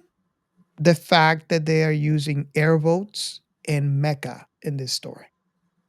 Well, it's the way like the puzzle pieces fit together that you've got magic and technology, and it works in the story. The technology all comes from the ancients, the old humans who traveled there from Earth, and had the high technology. None of this stuff can. Well, they can build armor suits, the mecha, but they don't have the technology to build starships or anything like that anymore.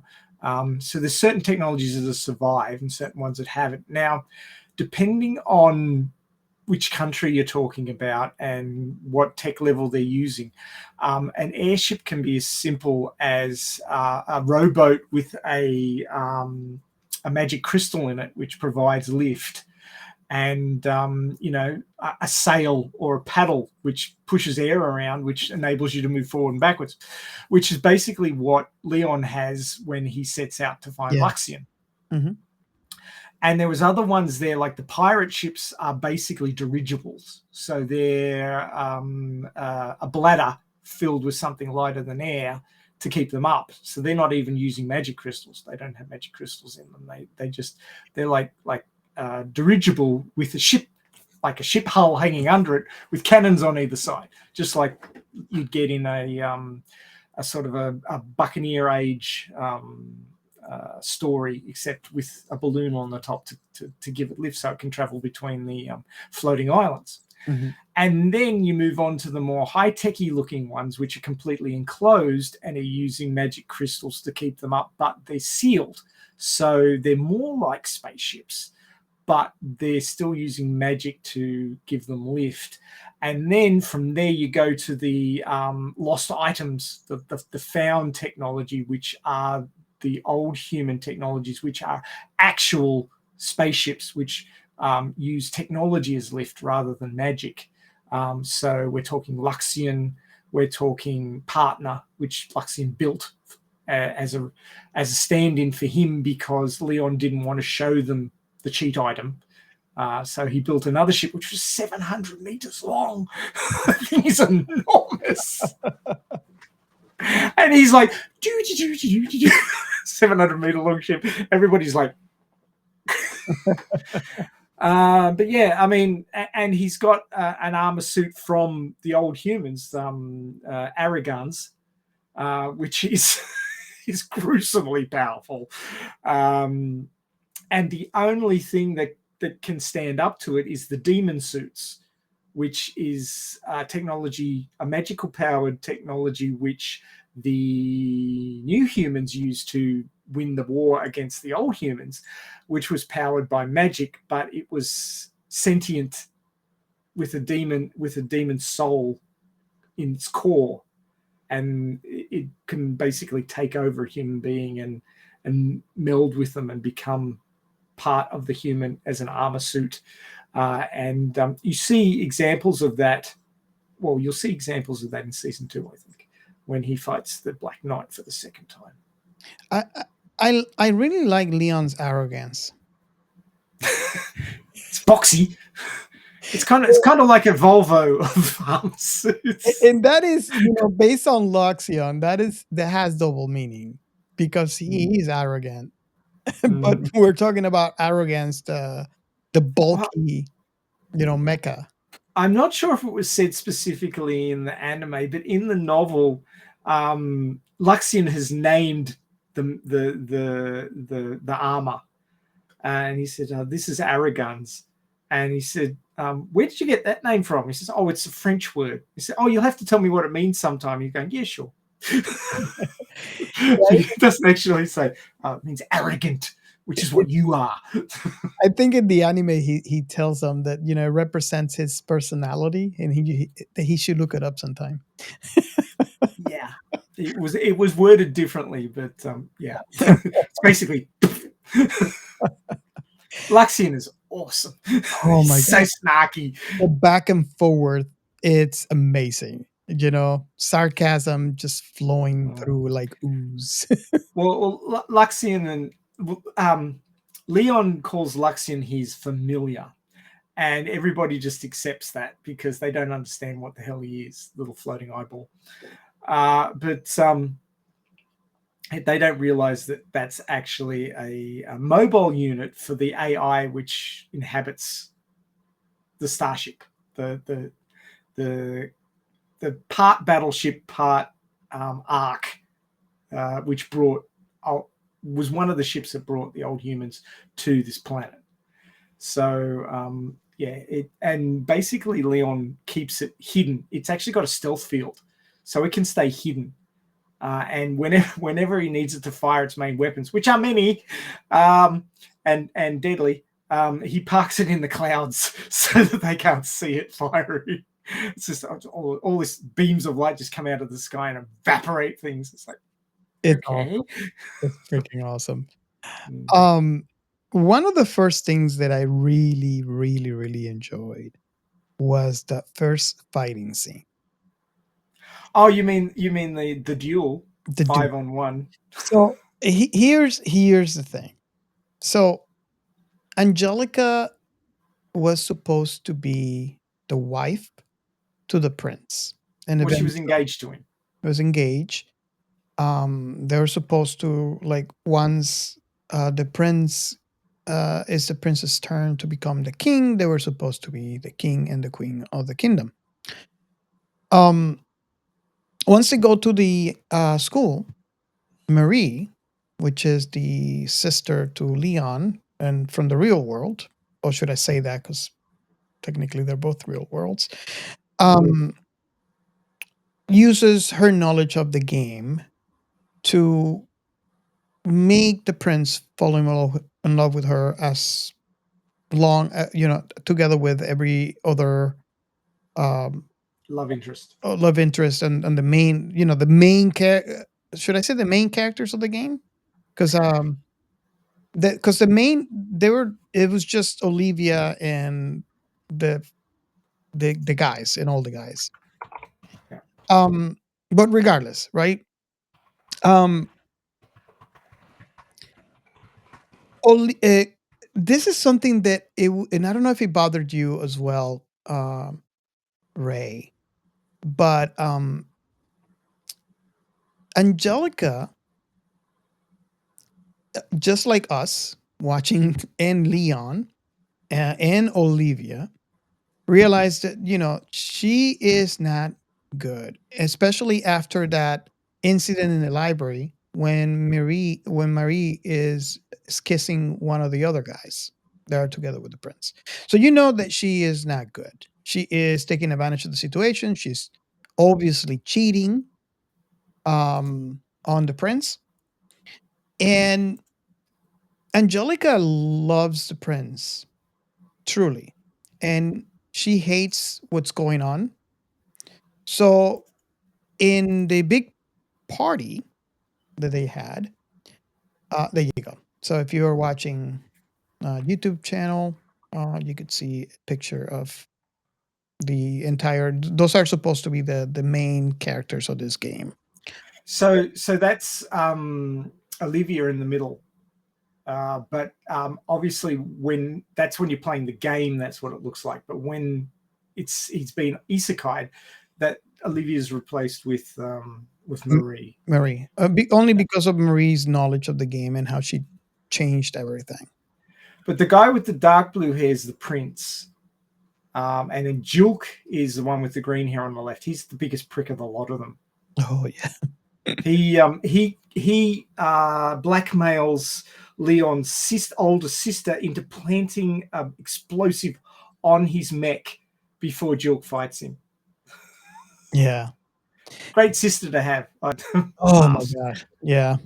And so where I'm saying all this and it's and going around and around, but basically what it is this was what started the Angelica just took her gloves and throw it at Marie, and that's when the um and I forgot the name again. The duel. That was she's supposed to pick someone that fights for her or she would fight. And Angelica did not expect that all of the guys would actually fight for Marie. And she was there. That was to me as an empath, that was kind of like a horrible scene because you could see how she doesn't want anything bad happening to the prince, and that's the reason why she's doing all this. Yet she's the only one seeing this, and no one would have come to her rescue. Yep. She looks around. There's people that follow her all around. That now that she's in this situation, they basically just gave her the back. Yep. They just looked away. Just look away. And Leon, being the nice bright and bushy tail that he is.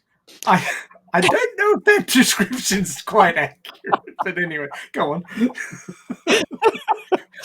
on. He decides to help Angelica and fight them. He decided to do that because he wanted some payback on those bastards. Remember the very first, if you watched, I hope you have watched this anime. I hate you all. I hate you all. This is his time. It's payback time. Yeah. So why I love the scene so much, not necessarily the scene that I just painted, but what's coming next. His arrogance, using arrogance, and the fact that he was going to beat them all. And he actually told them, let's go, basically 1 versus 1 5 times. And this is supposed to be a duel to the death. Supposedly. And why I like this so much is the fact that he's supposed to be using a weapon, like a sword or whatever that javelin, whatever is considered a weapon. But because of a misunderstanding, should I say, the arrogance only got equipped with digging equipment. Because it made more sense in the light novel because he'd been using arrogance as like a farm tool, and he had the shovel in there because he was digging irrigation trenches on his island because he was setting it up to grow wine. He was going to grow grapes and produce wine there, because it had a good environment for wine growing. So he was setting up vineyards and doing all sorts of stuff. So he'd been doing a lot of digging with arrogance. And of course, if you've got this massive robot that you can do more than just kill people with, you might as well use it for something positive. So he was digging. So in weapon slot 1 in his massive backpack on this chunky mech, he had a shovel. So it was, not only are they laughing because he has a lost item, which is considered an antique. They don't. That is pretty fugly. Exactly. It's very bulky, very ugly, and you see the other mechs are like colorful and new and flexible. There comes this thing that is just, it looks like a block. So not only that they're laughing already at him, but when he comes out with a weapon, what comes out is a shovel. Now everybody's laughing. But what I like the most is the fact of how each of them have this monologue on how they are going to get rid of Leon in a single blow. And Leon basically just knocks him out with the shovel in one blow. While paying them out. Exactly. So I'm like, oh my freaking God, I'm loving this. And the same thing happens. It took a little longer with the prince, but I think it was on purpose because there was a little bit more of a monologue with the prince. But basically, they all got knocked out. Their mecha got destroyed on a single blow from a shovel. Loving that. So how did you feel? How did you feel about that? I mean, I was tickled. It's a very cathartic situation in that there's all these horrible people saying horrible things, and just about everywhere Leon goes, people are twisting the facts to make him look bad and just basically saying horrible, baseless things, but in a way, and obviously they're trained to do this from birth because they're all doing it. But all these nobles are just horrible individuals. Not quite all of them, but a lot of them are horrible individuals. And they just say the worst things, and they twist everything, to twist the social knife in the back kind of deal. And they're ragging on him, and they're saying, pitiful barren son from the sticks, this and that and the other. But he's already been made a baron by the king. And he's the only one of them that's not riding on his parents' coattails. He's an actual baron, and they're all barons' offspring. None of them have actually come into their titles yet. I remember the comment of one of the guys in the crowd where it says, "Die your heck!" Yeah. But they're all just horrible, horrible individuals, and they've all bet against him. They've all bet on, and they've borrowed money to bet against him. Oh yes, much to their chagrin afterwards. But it's really cathartic watching him beat the snot out of these assholes. And he's being the scumbag that you don't want to be yourself. I mean, all of these isekai are self-insert. You watch them because you enjoy the person who's been beat down getting their own back. And that's part of what's enjoyable about it. But he does it in a way that, the snark in you that never gets to see the light of day because you don't want to be that asshole. He just lets rip. and he just strips off these people while he's beating the shit out of them. And it's just like, God, I'd love to do that to my boss, to my ex-partner, to that scumbag at whatever shop that made my life miserable. Whoever it is pissing you off. It's cathartic imagining them in the place of the person being beat down at the time. So, I mean, people don't want to be assholes, but there's a part of you that really, really does. And you can let it rip in this story. And that's part of what you can really enjoy about this situation, that these people are assholes and they're getting what they deserve. Damn it. I think my favorite comment, it comes from a disembodied body in the crowd at the end when he beats the prince. The prince is on the floor, and someone in the crowd says, "There goes all my money." Mm-hmm. But even after he beats them all down and they all get disinherited, and even the prince gets removed from the line of succession, they're still highly attractive young men, which all the girls are swooning over. And Marie is trying to monopolize them all because she thinks that's the way to happiness, but she finds out soon enough that it's not. Not with those guys anyway.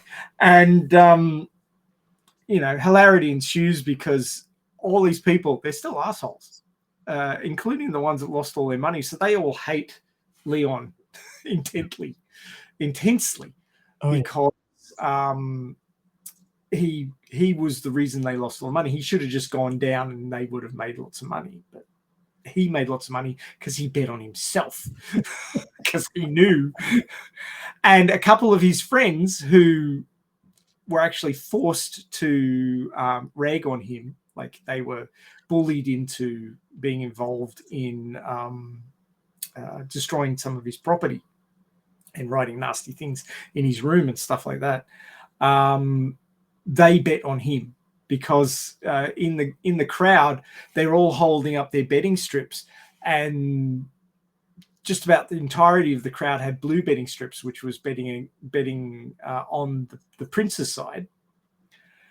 But these two guys who are Hick Noble's children, bet on Leon. They believed in him and they won big. Oh, yeah. So they were doing pretty good.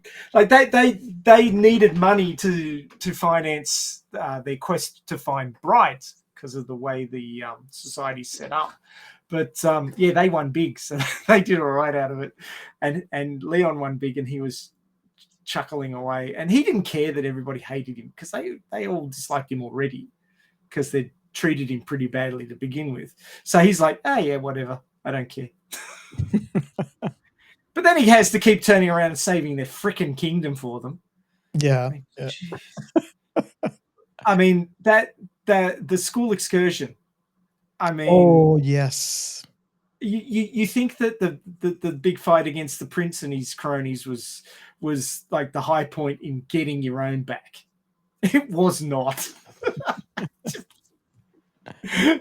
Rack it up a few more points. But there's all these nobles kids who think they're, they think they're hot shit, but they're all riding on their parents' achievements and their ancestors' achievements.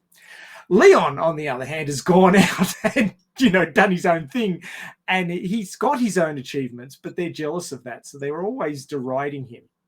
And in fact, he's the only one who wants to stop Angelica from being taken away when the ship gets waylaid by the Principality's forces who are invading. And basically, the nobles are all out to try and protect their own butts, and they don't want to fight. And he turns around and says, "You're a pack of suckers. Like you're all riding on your parents and your ancestors' coattails. None of you have achieved anything of your own yet, and you won't even lift a finger to protect yourselves. You're going to die here on this ship. They're going to kill you, and you're going to have achieved nothing.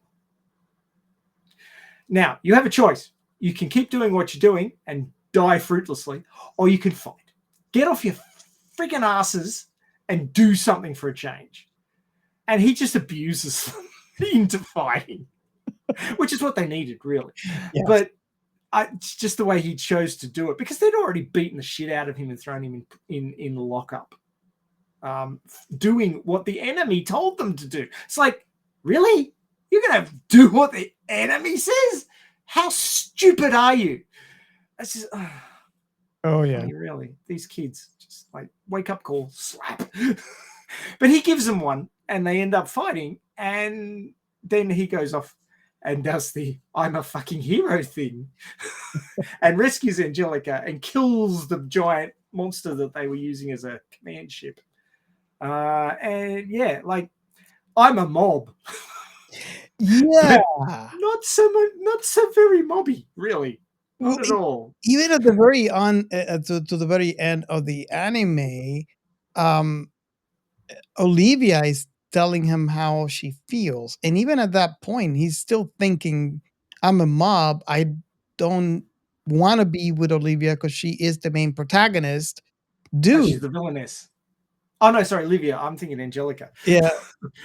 So I don't know. It just bugged me right there. It's like, dude, just yeah. Well, to be fair, he's kind of caught in the middle. He has a Baron rank at that time. He goes up. I don't think they showed it in the anime, but after defeating that attack by the Principality, he gets promoted again. And the reason he gets promoted is because, well, I mean, he hits on the Queen. And he gets punched out by the prince because the prince sees it happen. Mother, I forbid you to stop hitting on my mother. just beautiful.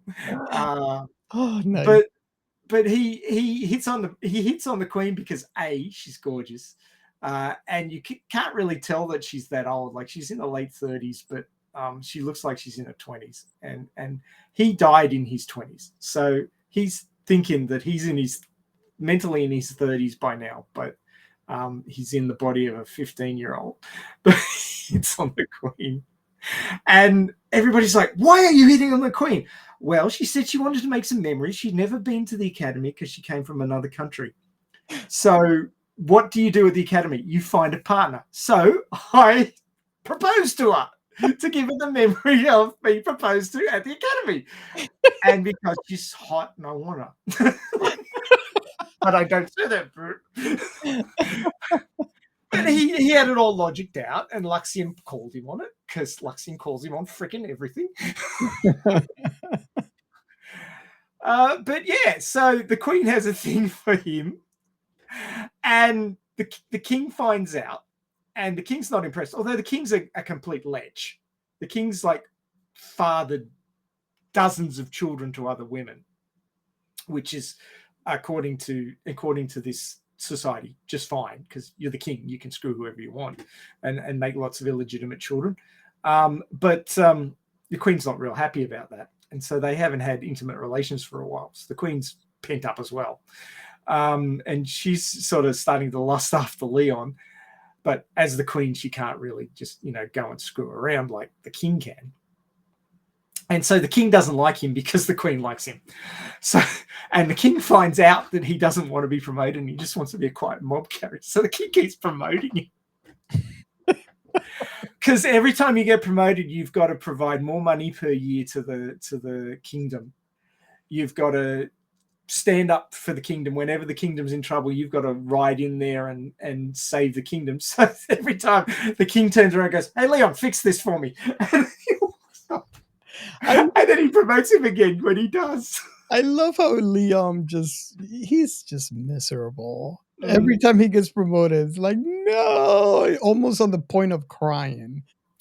But why I've gone and told you all of that is because Leon is a bit of a position during the anime in which he's a baron, which means he can't marry Olivia because she's a commoner, but he also can't marry Angelica because she's a duke's daughter. So one of them is too lowly and one of them is too high.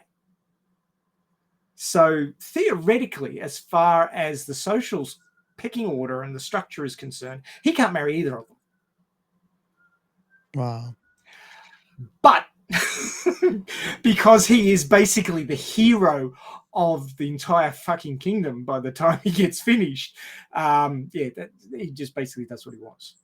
or more to the point, the girls do what they want, and he just has to suck it up. Because he's the oblivious harem protagonist who, when it comes to love, is a gutless wimp. Like he will go and fight the Black Knight to save Angelica and Olivia and the kingdom, but he won't face the girls and their feelings. So I guess it's just not me. You agree with me? No, it's not just you. But Luxian keeps calling on it. You are romantically hopeless. And he's an AI, okay? He doesn't have feelings. Yeah. He goes, I'm an AI, so I can't really complain, but you really suck at this. Shut up! Bang! Plays handball with Luxian and hurts his hand. Yeah, like that is really hurting him. Oh God. It's such a fun watch. It's such an IP that leaves you wanting more. Totally. I mean, I've read 10 volumes of the light novel. I'm waiting for the next one. Like, come on. I want to see what happens next. Come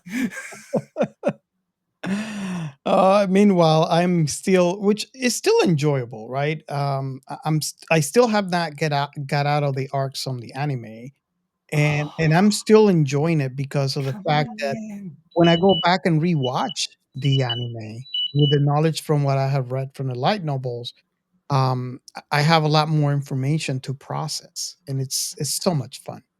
So I can't wait for me to, completely finish and get out of that arc and get more. I can't wait for you to get to the end of the first arc, the end of the third book. Nice.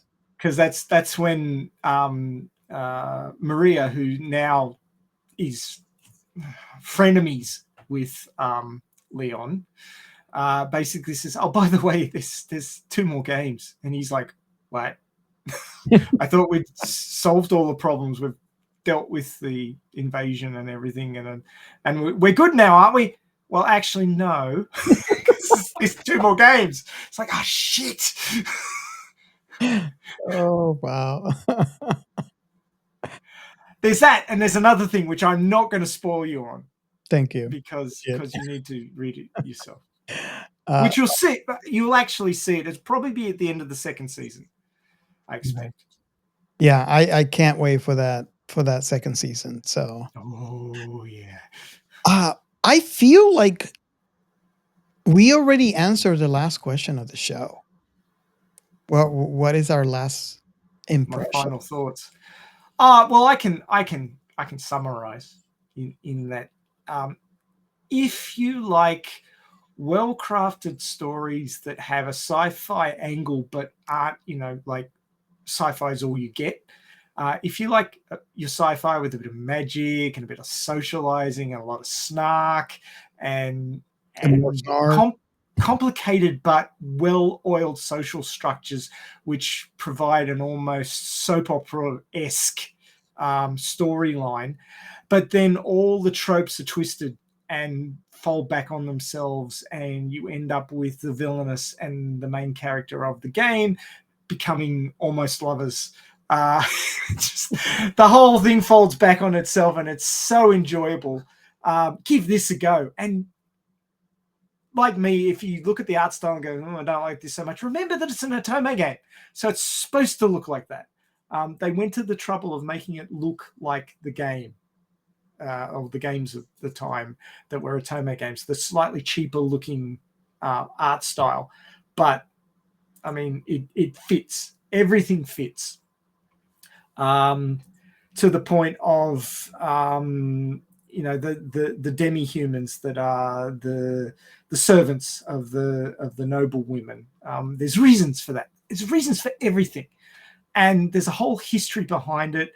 And as hopefully season 2, season 3, season 4 start showing up, we'll get into the deeper lore and the second game of the series of games which the world is based on, which open up, and you get a whole nother country and a whole nother schooling system, and a whole nother thing. I won't spoil any of it, but it's got a whole heap of depth. And of course, Leon, who's just there to monitor, gets dragged into it and messes it all up and then has to fix it. and Luxion is there ragging on him, and we get new AIs showing up as other lost items, and it's grand. It's a really grand adventure, which I hope gets more and more seasons, and we get to see more and more of this fantastic story. It's a really good story. Watch the anime, and then if you can't wait like we could and get stuck into the light novels, they are really good. The translations are really good, and they read really well, and the story's fantastic.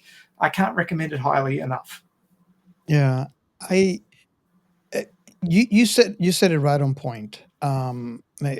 Just to add to what you said, just make sure watch it in English if you are English speaker, obviously. If of course if you are Japanese, you want to listen to it in Japanese, but there is a big difference in the two styles. If you're English speakers, obviously, if you listen to the show, you are. I strongly recommend you listen to the English version. Um, it's it, it's one of those things, one of those animes that I wish I could ever see a live action version. Oh God! Wow, that would be fun. It's scary, right? Because you don't know. There's always a lot of things that could get lost in translation. Hopefully, the fact that it was so well done in English, it's someone might pick on that side of things and make the live action. So it's always scary that they could mess it up, but I wish I could see it in live action, so I can see that sci-fi element that is in the sci-fi element is actually a mob, right? Because everywhere you look is there. It's just not, apparent. And I love that about the story. The fact that you are living in this sci-fi environment and don't realize it. It's part of the story, it's part of the history, it's part of the whole aesthetic of the story. The interesting thing is that the Japanese Leon, we don't know what his name is. They never mention what his name is in Japan, but he rags on the game for not making sense. That the whole backstory must be screwed, and it doesn't fit together because there's all these differing things about dude games that are in this Atome, and why are they there, and so forth and so on. But when he gets isekai'd, he finds out that it all fits together perfectly, and there's a reason for all of it. And that's part of the beautiful writing of the backstory of this, that it all fits together and it all makes sense. It just, as it was in the game, it didn't. But with the backstory of the actual world, it does actually make sense, and it all fits together. And he changes his mind about a lot of things, actually, when he lives there. Yeah. Like he said, Olivia was devious, but she wasn't in any way, shape, or form. She was so straightforward. Yeah. And he reckoned that Angelica was just villainous and cruel, but she wasn't at all. She was just thinking about the prince. So, And you kind of understand her because you get to know how she really feels about how she really feels about the prince. And most of the stuff that she was doing was to try in her own way to protect the prince from what she considers to be a detriment that is coming to him. So, and it was a detriment. He lost his succession. He was no longer going to be the king. So it was a huge detriment. and he had it coming to him because, I mean, not just him. None of them saw what Leon and Olivia and Angelica actually saw. And I kind of feel for Angelica because knowing that she loves him so much and she feels what was going on to the prince, and she knew that something bad was going to happen and she couldn't do anything to help it. And she was pushed away, like exactly. she was discarded. And the nobles, being the nobles in this thing, latched onto that and ragged the crap out of her about it. Yeah. Being the horrible individuals that they are. So yeah, that scene was kind of hard because I saw her like, I'm doing all this for you. Everything I've done in my entire life was for you, and this is what I'm getting paid with. And it was just hard. It was hard. But let's just say that she moves on and does a whole lot better. Oh yes. She was better off. She gets a BFF and a fiance out of it. So. She's better off because even from the very first episode, I can see how stupid those guys were. But by the end of the arc in the novels, obviously we haven't seen it in the anime yet because we're waiting for the second season. But by the end of that, basically Leon saves the country again, and he's the only one who can because he's got Luxian, and he gets promoted the shit out of, and basically ends up, I think he ends up an earl, which is one below a duke, and that means that he can marry Angelica. Nice. So yeah, our we're going on and on about our final thoughts. It is because of how good this thing is. It's just that good, and I am really really curious, especially if you don't watch anime.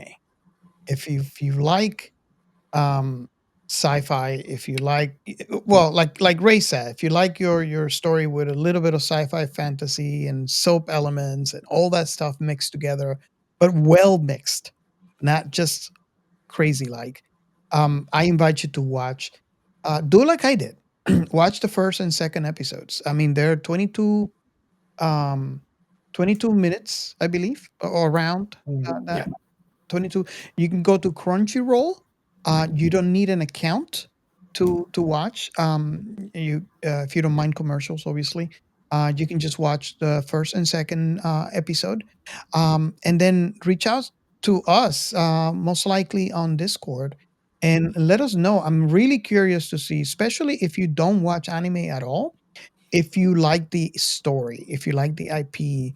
Um, but obviously, if you don't mind um, anime, obviously, or if you're a fan of anime, we want to hear from you as well, because this is a unique anime that I was really really surprised on how good it was after rejecting it from the beginning. And remember, watch it in English, because I feel you're gonna get the full experience watching it in English. And then reach out to us on Discord, and let's talk about it. Let's talk about your experience. If you don't watch anime, did you hate it? Is this something that might turn you on to anime going forward? If you like anime, oh yeah, I like this one, or I hated it. Let us know. Reach out to us. We're really really curious. I mean, anime is like anything. You get good stuff and fairly mediocre stuff, and then really, really cringy stuff.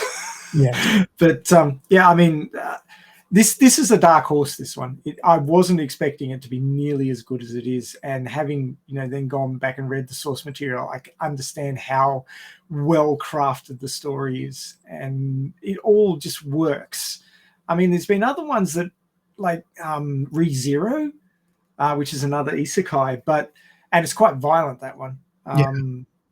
I couldn't continue. No. Well, I mean, I watched that show, and in ReZero, the main character when he gets killed, he gets restarted from a save point. So he comes back to life, and then he's got to try again, and it's repeating until he works out what the hell's going on and how he can turn it around. And it gets a bit repetitive at times.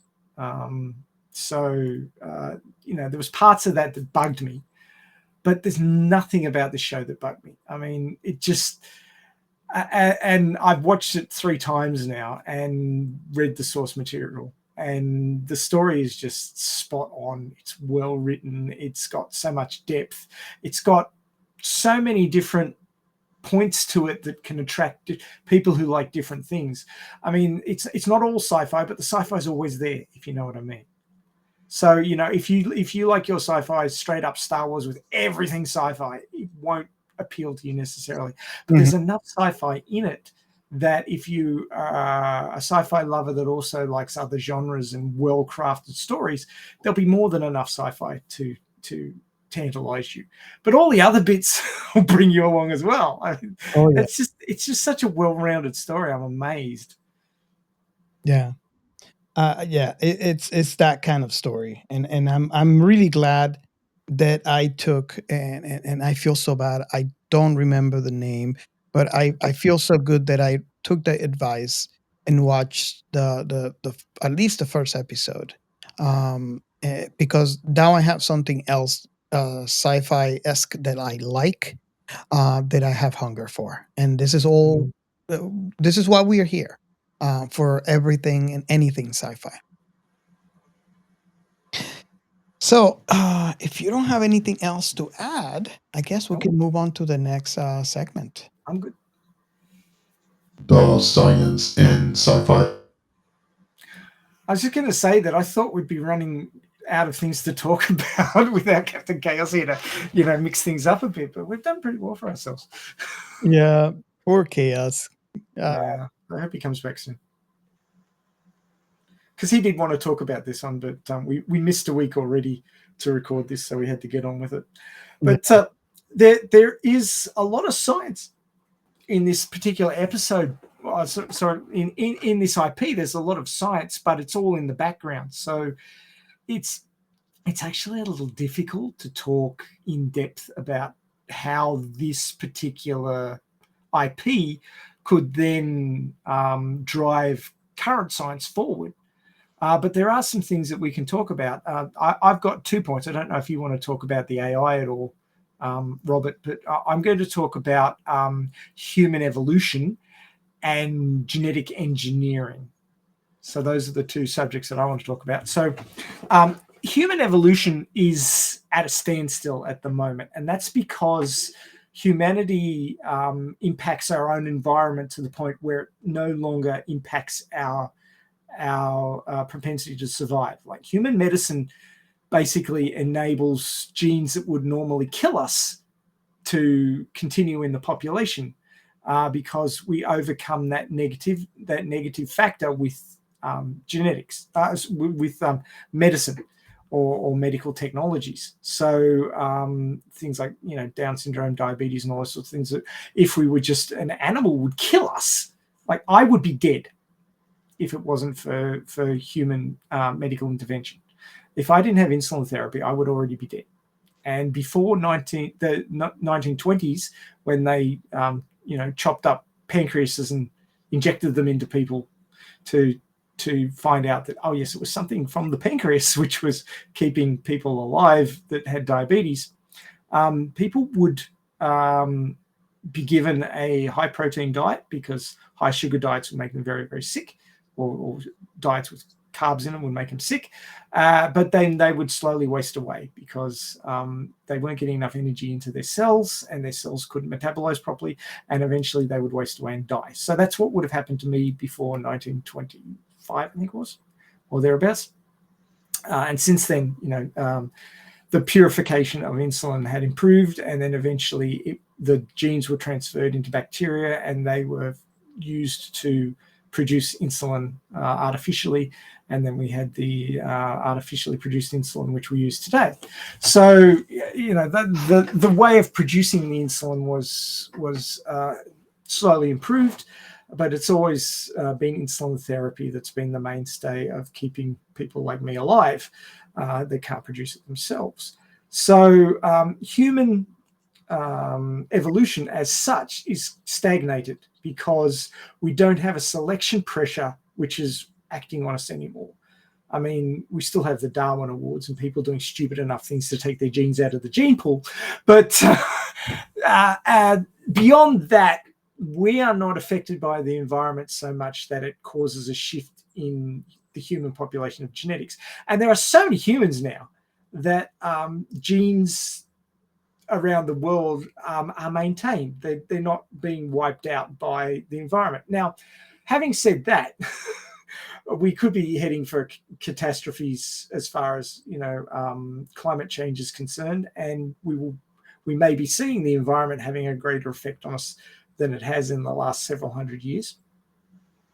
But if we sort of project forward into the timeline of dating sim, where we know from the backstory that the planet that Leon is isekai'd into is actually a human colony, that the main driving motivator of the environment there that caused genetic shift was mana and the ability to utilize mana to cast magic. And there were the haves and the have-nots, like most situations, where those that could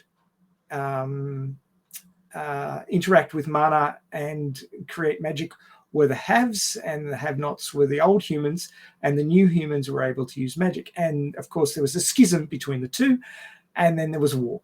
So there was a war between the people who could use magic on this new colony and those who could not. And those that could used the mana and the beings that were creating the mana, called demons, to create these demonic suits of armor, which were used to fight against the mecha and the starships and things that the old humans had, and they ended up winning. Now, that is a case where a new environmental pressure, which was not limited by our control of the environment, air conditioners and houses and medicine and all that sort of thing, was then impacting upon the survivability to bring about a change in the human genome as a whole. So the human genome as a whole on that planet shifted toward it because they won the war. So they wiped out the ones that couldn't, which were the old humans.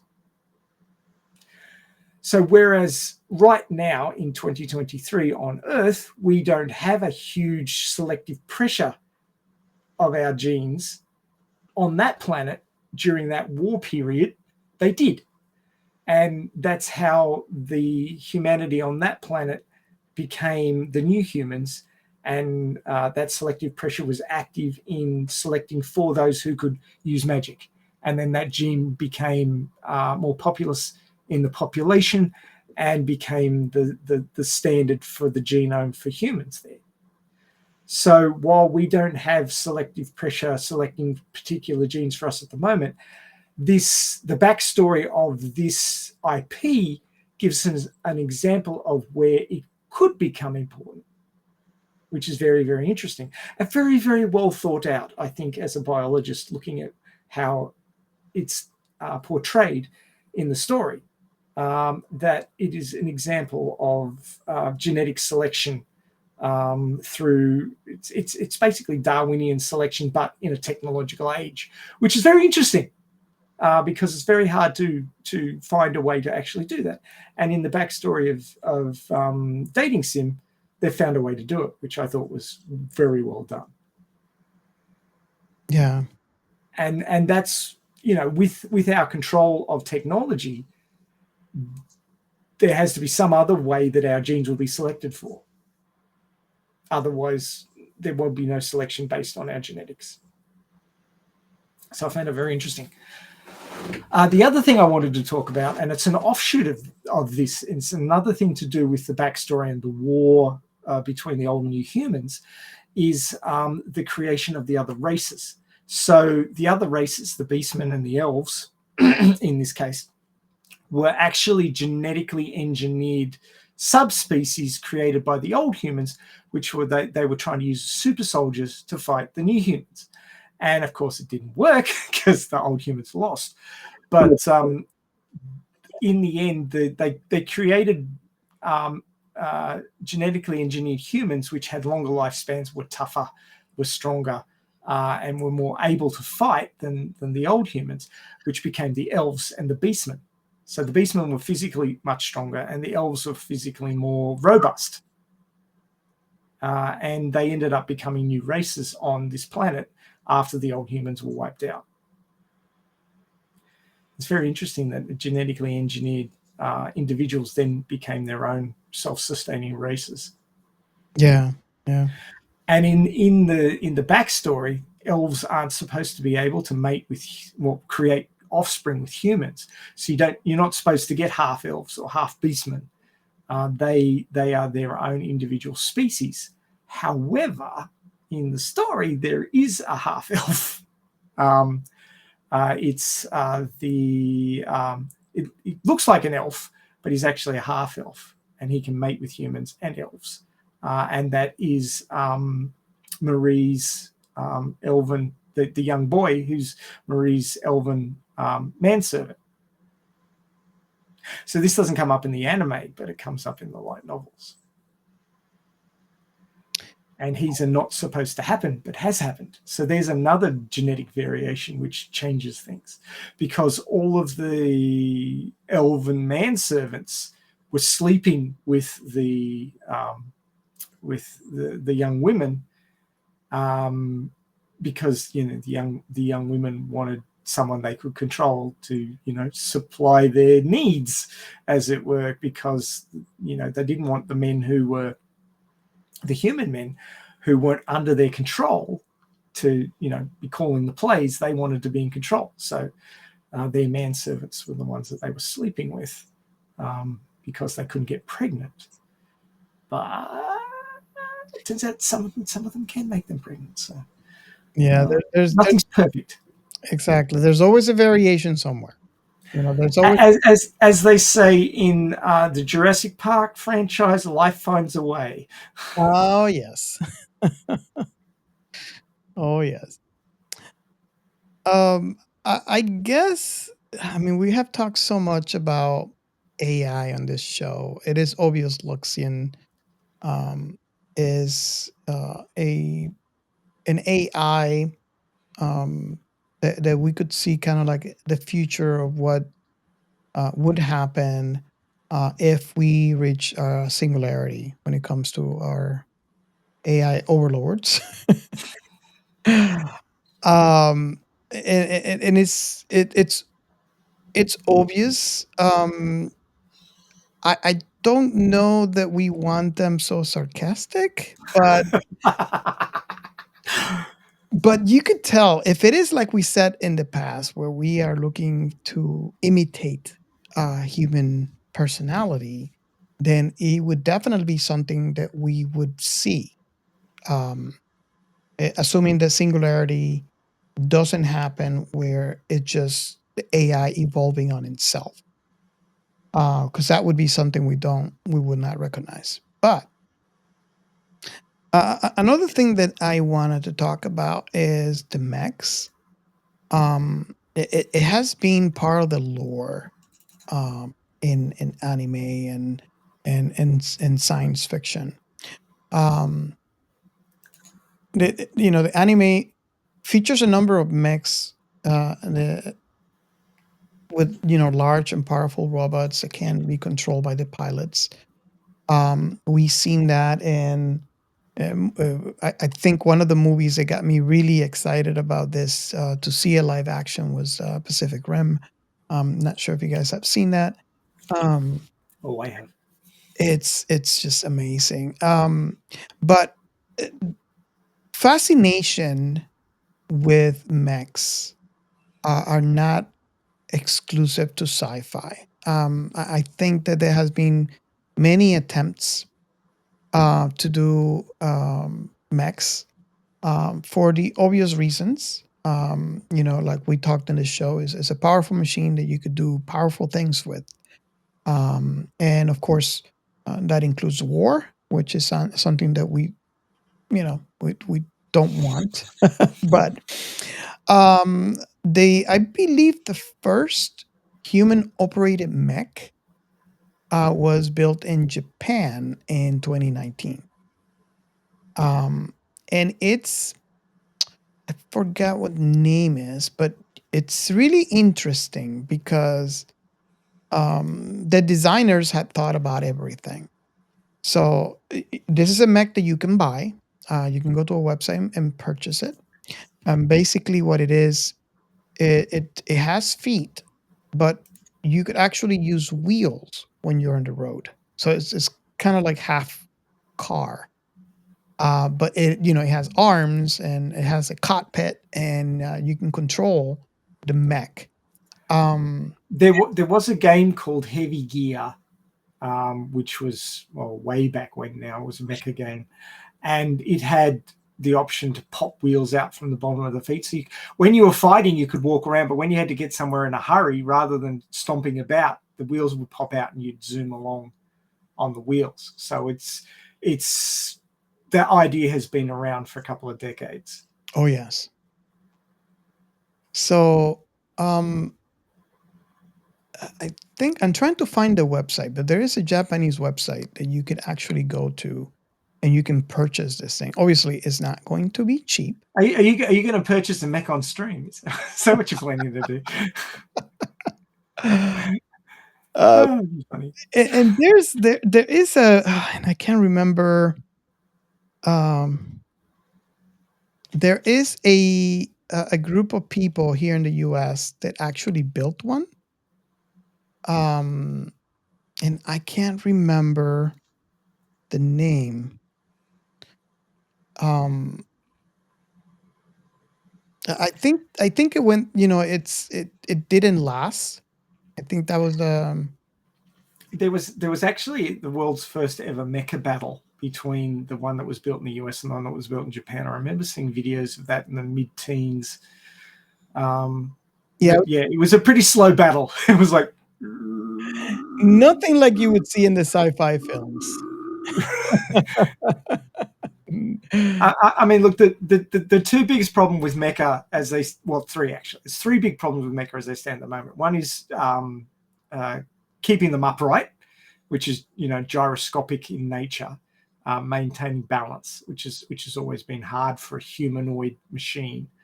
Although Boston Dynamics have been doing a fantastic job with that sort of stuff, and if they could scale it up, I don't know if they can, but if they could scale it up, then you could use that to gyro stabilize a mecha. The next one is the mechanics of its movement. If you look at things like BattleTech, they have pseudomusculature, which they developed to be able to give these machines strength and be able to move like a human could move, and they're still trying to work that out at the moment, in real life. And the third one is the power plant.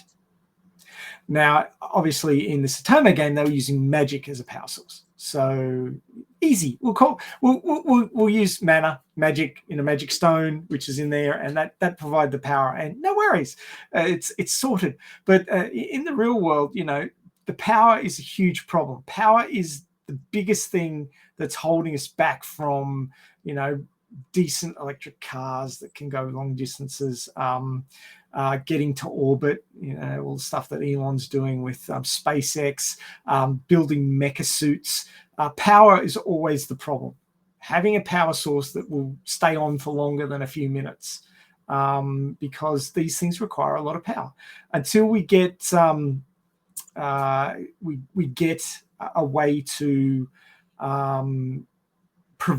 hold that power within the suit itself and be able to provide that power at a high enough level to get it to do the things we want to do, fly with sort of jet engines and stuff, or move around at reasonable speeds. Having a power source that can do that, be it a small cold fusion reactor or whatever it's going to be, it's a problem. We need a decent power source. Once they've got that worked out, then the sky's the limit, which is what I'm waiting for, basically. And I hope I live long enough to see it. I honestly think there's two things that I've seen obviously in science fiction that would help this solution. The one thing is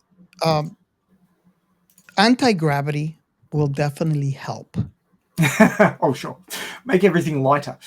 Exactly. Not only for the movements, but also if this is one of those mechs that you wanted to fly. Um, and the other thing is when it comes to the limbs, I think that another thing that could help a mecha become the mecha that we know would be the use of AI for limbs. So, like, I don't know if I can explain it right, but the an arm, a hand, a finger, a leg, they'll have an individual AI that this its only function is for that leg to act like a leg and talk. Let's say, for example, you have the right leg AI and the left leg AI, and they work individually, but they know they got to work together to keep the body upright. And then receive instructions from the pilot and then take that in consideration to make sure that they can achieve what the pilot wants while maintaining their function. And you have an AI for each finger, an AI for the hand, an AI for the arm, and they all have their own function to make sure that they work the way that they should work and to be able to accommodate the instructions from the pilot to accomplish what the pilot needs while accomplishing their mission. And that is what I think is necessary, number one on a mech right now. We could do a whole podcast on the evolution of the proposed control systems of mecha. Obviously, the thing is human shaped. So, and that's been done because people can think about the way machines move not as well as they can think about the way a body moves, because we are basically a biopilot of a biological mecha. Our bodies are the mecha and our brain is the pilot. Now, if you look back way back at early mecha, they had a person sitting there with joysticks and pedals, right? But that does not compute towards how a body would move, how legs would move, how fingers would move, how you grab things. So it sort of suggested that there's a component of reading the intention of the brain of the pilot, like a helmet that reads the intention, and translates that into human-like movements of the mecha. And then you get things like Pacific Rim, which we were talking about just before, where you need two because it's so complicated, but they're standing there in a sort of a treadmill-y sort of thing like you do in current VR systems, and using that to translate what they're doing into what the mecha's doing. And then you've got the full dive VR sort of control set where you put on glasses and a headset, and it blocks out your body and takes the instructions from your brain and converts them into what the mech is doing. So basically, your brain is becoming the control system for a giant mechanical body, and you're controlling it just like you would a normal body. And you would need also inputs to tell you, you'd feel the foot going down and you feel the hand reaching out, feel it grabbing things. And then you'd need to be able to control how much pressure you put in with the hands. And that's where all your little separate AIs would come in to make sure that the intention is translated into the actuality of the mecha moving. So yeah, controlling a mecha is another really complicated system, which we are going to have to develop in some fashion. And there's a whole bunch of different IPs which have thought about this in different ways and how that you'd actually be able to make it happen. And I just found out, and I do apologize because I was when I was talking to this, I was actually searching and I couldn't find it. But the American version that I was talking about is Megabots. And you could probably find it on YouTube, and they also have the battles that you mentioned, Ray. And the robot that I was talking about in Japan is called Kuradas, which also they have a YouTube video, kind of like an instructional video on how you operate Kuradas. And I believe Kuradas was one in one of those fights that was, um, you know, recorded in YouTube from Megabots. So just figure I want to mention the names because just to give you context. Cool. Awesome. So yeah, I mean, we've had plenty to talk about. We've talked for pushing 3 hours, just the two of us, without the input from Captain Chaos to throw things in a tizzy. We love him anyway. But yeah, I mean, there's so much to talk about of this IP, and there's so much more depth than you get just from the anime. And the source material has a lot of things coming up. I'm just dying for you to read past the end of the anime so I can discuss it with you, because the second game and the details around the second arc, there's a lot to it. There's a lot going on, and and Leon gets to show his twisted personality some more. It's really cool. I want you to read it so we can discuss it. He has a really dark personality, even on positive things. The way that he expresses them in a negative way, it's just epic. It actually reminds me of the main character of My Teen Romantic Comedy Snafu. Have you watched that one? Yeah. Really twisted way of looking at things, and the two of them actually work in a very similar fashion, like screwing things over and becoming the bad guy to fix things. They both work in a similar fashion, and I happen to like both of them, although I don't think I'd want to work in that fashion. But it is really the hyper intelligent, I'm going to become the bad guy so that other people don't have to kind of thing. Yeah. Yep. Definitely.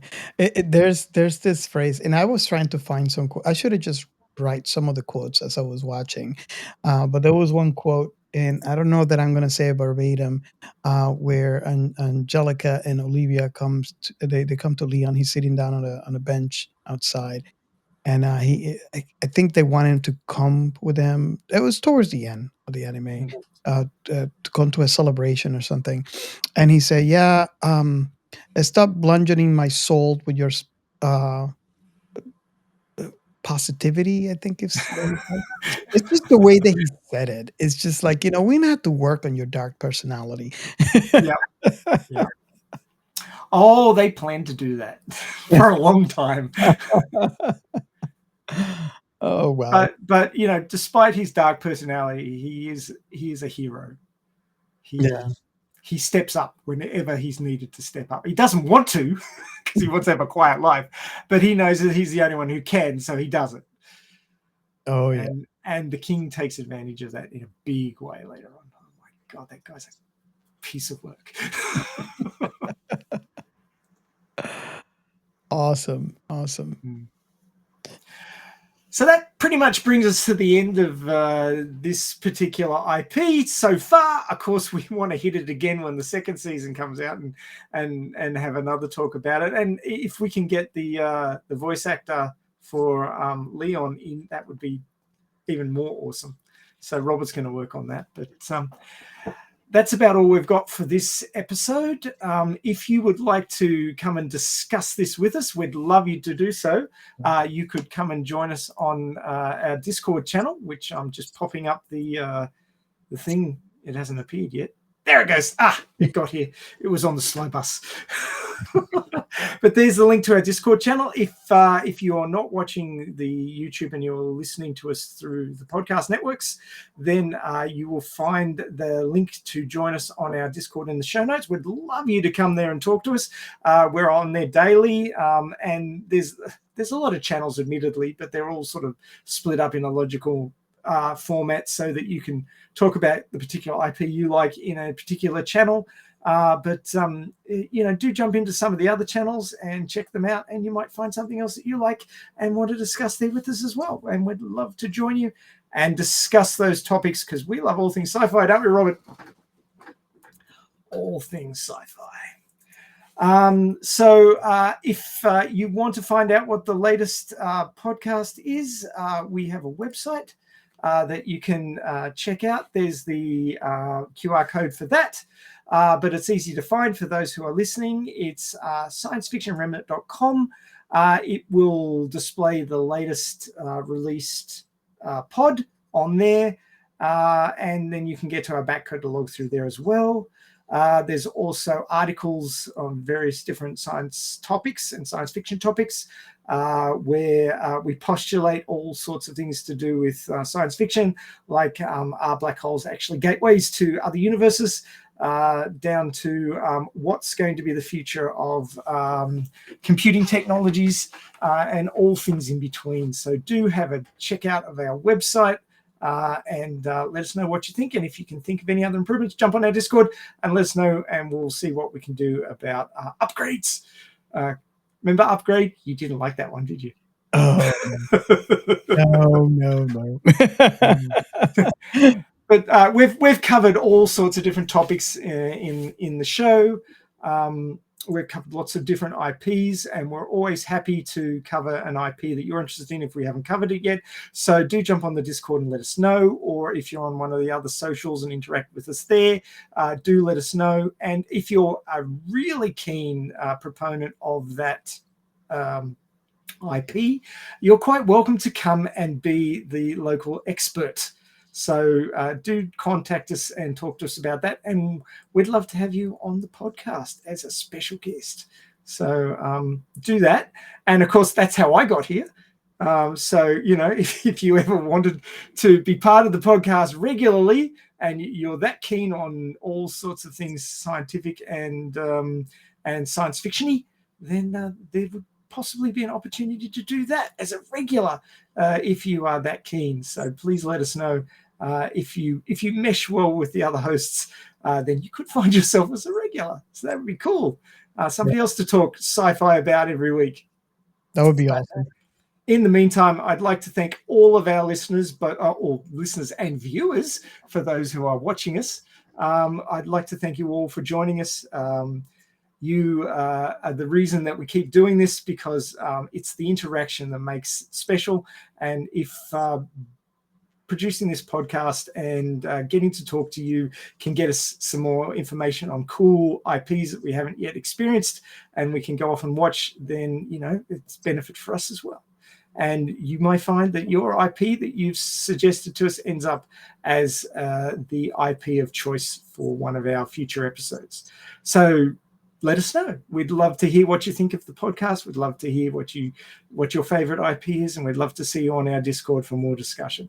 So get involved and be part of the remnant. And with that, thank you very much for listening, and we'll catch you next week with another fantastic IP. So bye for now.